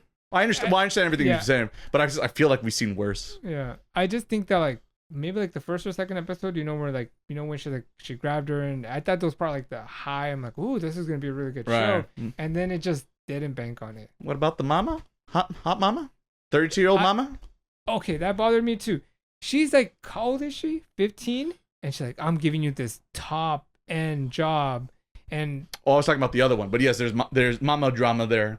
Oh, the idol mama. Yeah, but that bothered me too. Like they all bother me. These women. What? There's too many women in this show. Too many women. I don't like all these women. Where am I supposed to be in this show? I can't relate to all these. I'm sure females. They also felt that too, because you do editing, and editing is tedious. It takes time. It takes effort. It takes skill, and then it just poof. Like.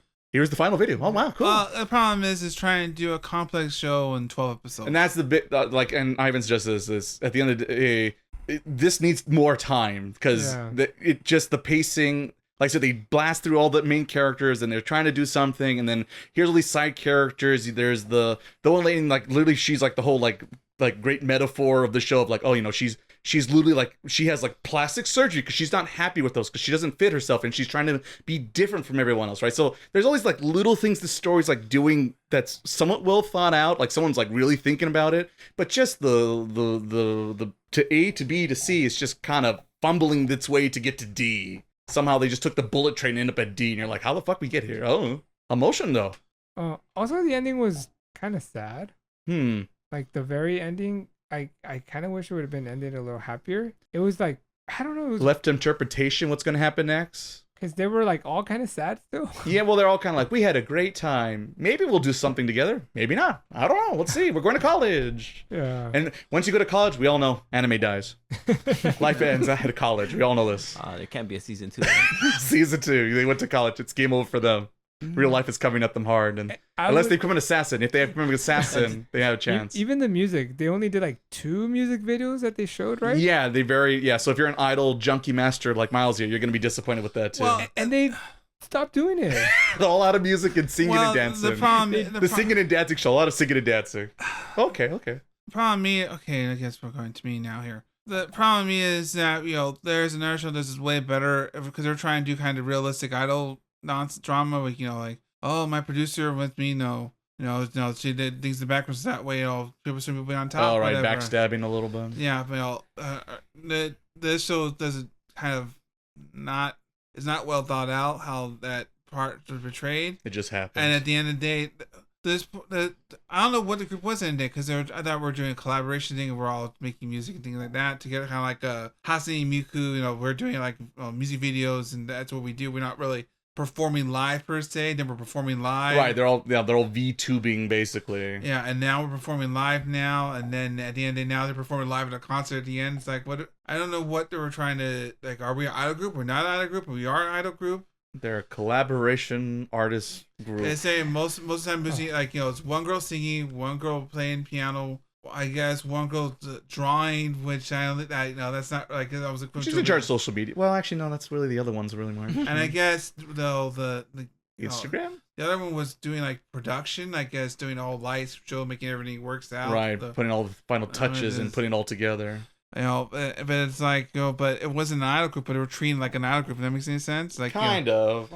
They could have chosen like the roles could have been better. Yeah. It just it's not how it works.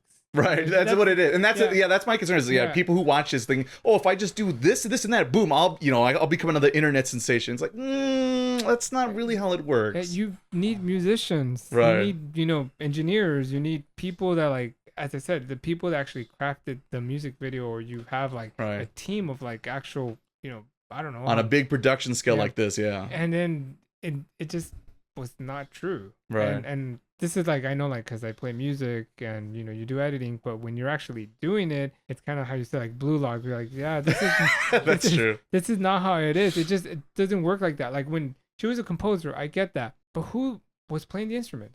Who was doing the bass? Who was doing the drums? Who was doing? She just went to her. I don't know. That's you never know. Like because you think it'd be a scene or two of like going to her classmates, being like, "Oh, can you guys play this part for me?" Well, they showed here's a little 50 yen or whatever. There were a few moments dollars. they showed like when they were in the same room, but also live stream each other, which I think was weird. Yeah, and that's the other weird thing is the whole we don't want anyone to know our identities, but they do like an absolutely terrible job of keeping like their identities a secret. They're like just absolutely terrible. Oh, put on a picture. Damn it. Let's go to the live concert venue where everyone can see us, and these days everyone has a phone and a camera, right? So like, and it's all going on YouTube or whatever. And then they're wearing masks, and then took the masks off, and like, and they're like, surprised, what? Our secrets revealed? How did that happen? That was probably maybe what I kind of disliked the most about the show. The first scene when she sung, or when she was singing and playing the guitar, that was a very good animated scene. Yes, that was. It never happened again. Yes, that's Dogo Kubo. Yeah.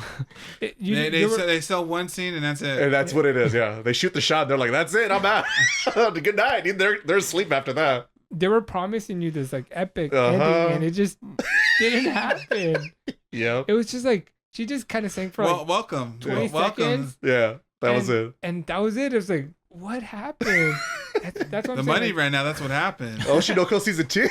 That's what happened. Yeah. Drama can't do it itself. Somebody has to go. We need money. The classic end. We need money. We need to make money to make money to make more shows. I will say this though. So when they got the emotional part right, they got it right. Right. But I felt like you gotta turn your brain off a little bit. You do have to turn if you're able to, and I don't blame people who can because it's not easy. It's not easy. I did like the scene when she's like, "You're betraying me," or something like that. Oh yeah. So there was a couple. There's good moments. There's good moments, and that's why I feel like at the end of the day, I do it's like literally like 51% more yes than no, but because that 51%, maybe because Fable was so terrible, I needed something to feel good about. So here it is. I said in the day, if anything, you watch Kiwi's storyline. I think that's the one that really sticks out at the end of the day. It's the easy one. I think most people, anime fans will gravitate towards than like all the other ones. Yeah. Wouldn't it make more sense to if like the conclusion would have been like both of them like collaborating together to make something special, Mahito and Kano? Mm-hmm. Because the fact that they split them up made the show feel weirder. Right. Because like it should have been maybe they were split up, but no, we're gonna come together. We're gonna make something together special. But they didn't. Yeah, they got caught up in the mom telenovela plot line of like, oh, she's working for the mom. How could she betray her best friend for the mom? She knows what the mom did to her, right? How could she? You know, it just becomes very over the top. And then, like I said, I thought they were gonna have to do something with the mom, but it literally just she shows up in the graduation and goes like, "Attaboy, daughter, thanks, mom," and that's it. It's like, okay, so I guess this ship is sailed and this relationship is dead. And is there a dad? Well, there was a dad. There was a tease of a dad who was there but wasn't there. Well, the dad got divorced and whatever, and he's just roaming the streets of Shibuya. He was like now. fucking Lucky Star dad. What the fuck was going on there? Like creepy Lucky Star dad. Showed up at the end, just smiled all creepy. Yeah, like that's my girl. What the fuck is a serial killer? I think I don't know, but see the problem. There's so many plot points to try stuff in 12 episodes, and there's just no time for it. And there's no time for a classic pacing, modern anime. You either pace it well, or you say I'm doing 2 seasons, whatever, so that way I get this out of the way. Because I feel like this whole like stuff it all in here, and I want to get the emotional plots here, but I'm not worthy to work for it. I don't have time to work for it. We solved the story there, boom, boom, there we go, and we'll all move on to our myriad magical lives, and that's the end. I do like the title cards, and Jellyfish Don't Swing at Night, and there it is, title shot, we got 'em. And there it is. It's the opening. You know, I do kind of like the little ending when they're all like, the little 4 panels. Of course. Then like them popping out at the end, and kind of like, hey. There it is. Oh, cutesy. But that is a personal preference. One time, Miles like cute girl doing cute things. That's crazy. Final thought. Even that they were popular, like the show did not indicate it at all. Not really. They were still like the same. They were the same. Right. No like random person like, why aren't you the famous person? Yeah, like it was not until the end for dramatic purpose. Like, wait, you're that ex-idol. Yeah, that. Oh, I love the cheap silent voice reference with the faces all distorted and shit. It's like, I've seen this before. Well, they said, like you said, moments when they hit, they hit. When they don't hit, they don't hit. And it's a mixed bag for sure. But, I guess for better or worse, it is trying to be original. It is an original. It is an original anime. And it feels it. And you can feel it. And I argue because I'd rather them take a risk because no one, like, it's like and anything. That's what it is, yes. Anything, at the end of the day.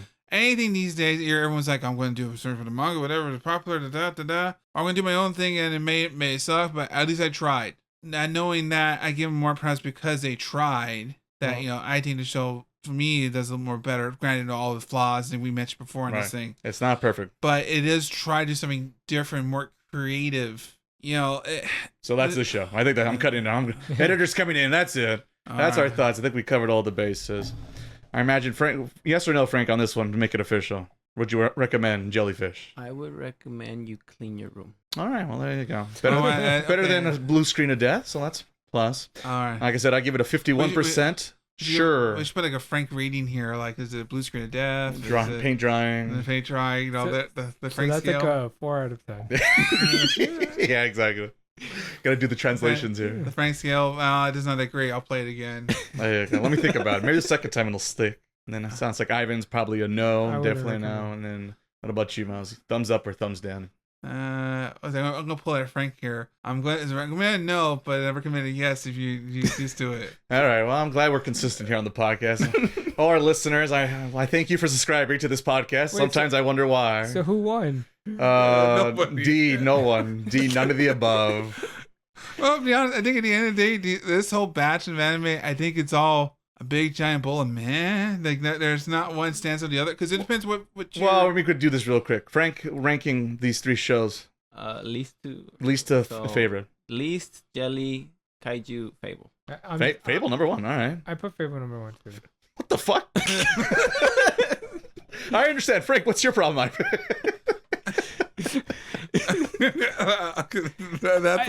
I'm just, if I always say, like, I go kind of like based on which character I like more, and I like more Akira Fable guy more than main character from Kaiju. All right, well, I guess that's a choice.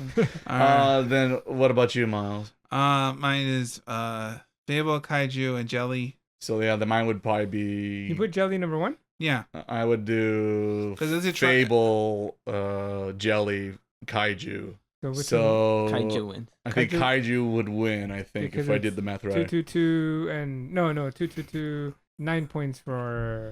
I was doing the math earlier, and I'm like, it's gonna be a 3-way tie. It might be actually. If you would have switched Kaiju with Jelly, it would have been a 3-way tie. Oh, okay. So who wins? Kaiju then? Is that right? Yeah, I think so because Kaiju. it got 9 points because you Okay. gave it a 3. Yeah, I guess so. I would have given it a 3. Yeah, I Just- think that makes sense.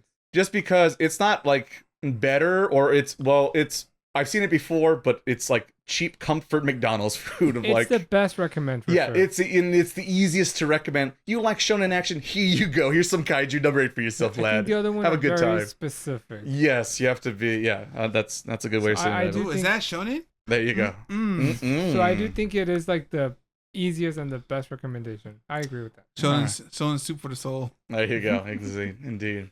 All right, host with the mostest. All right. I guess that concludes our episode for today. This probably gonna be a very long episode for us to edit.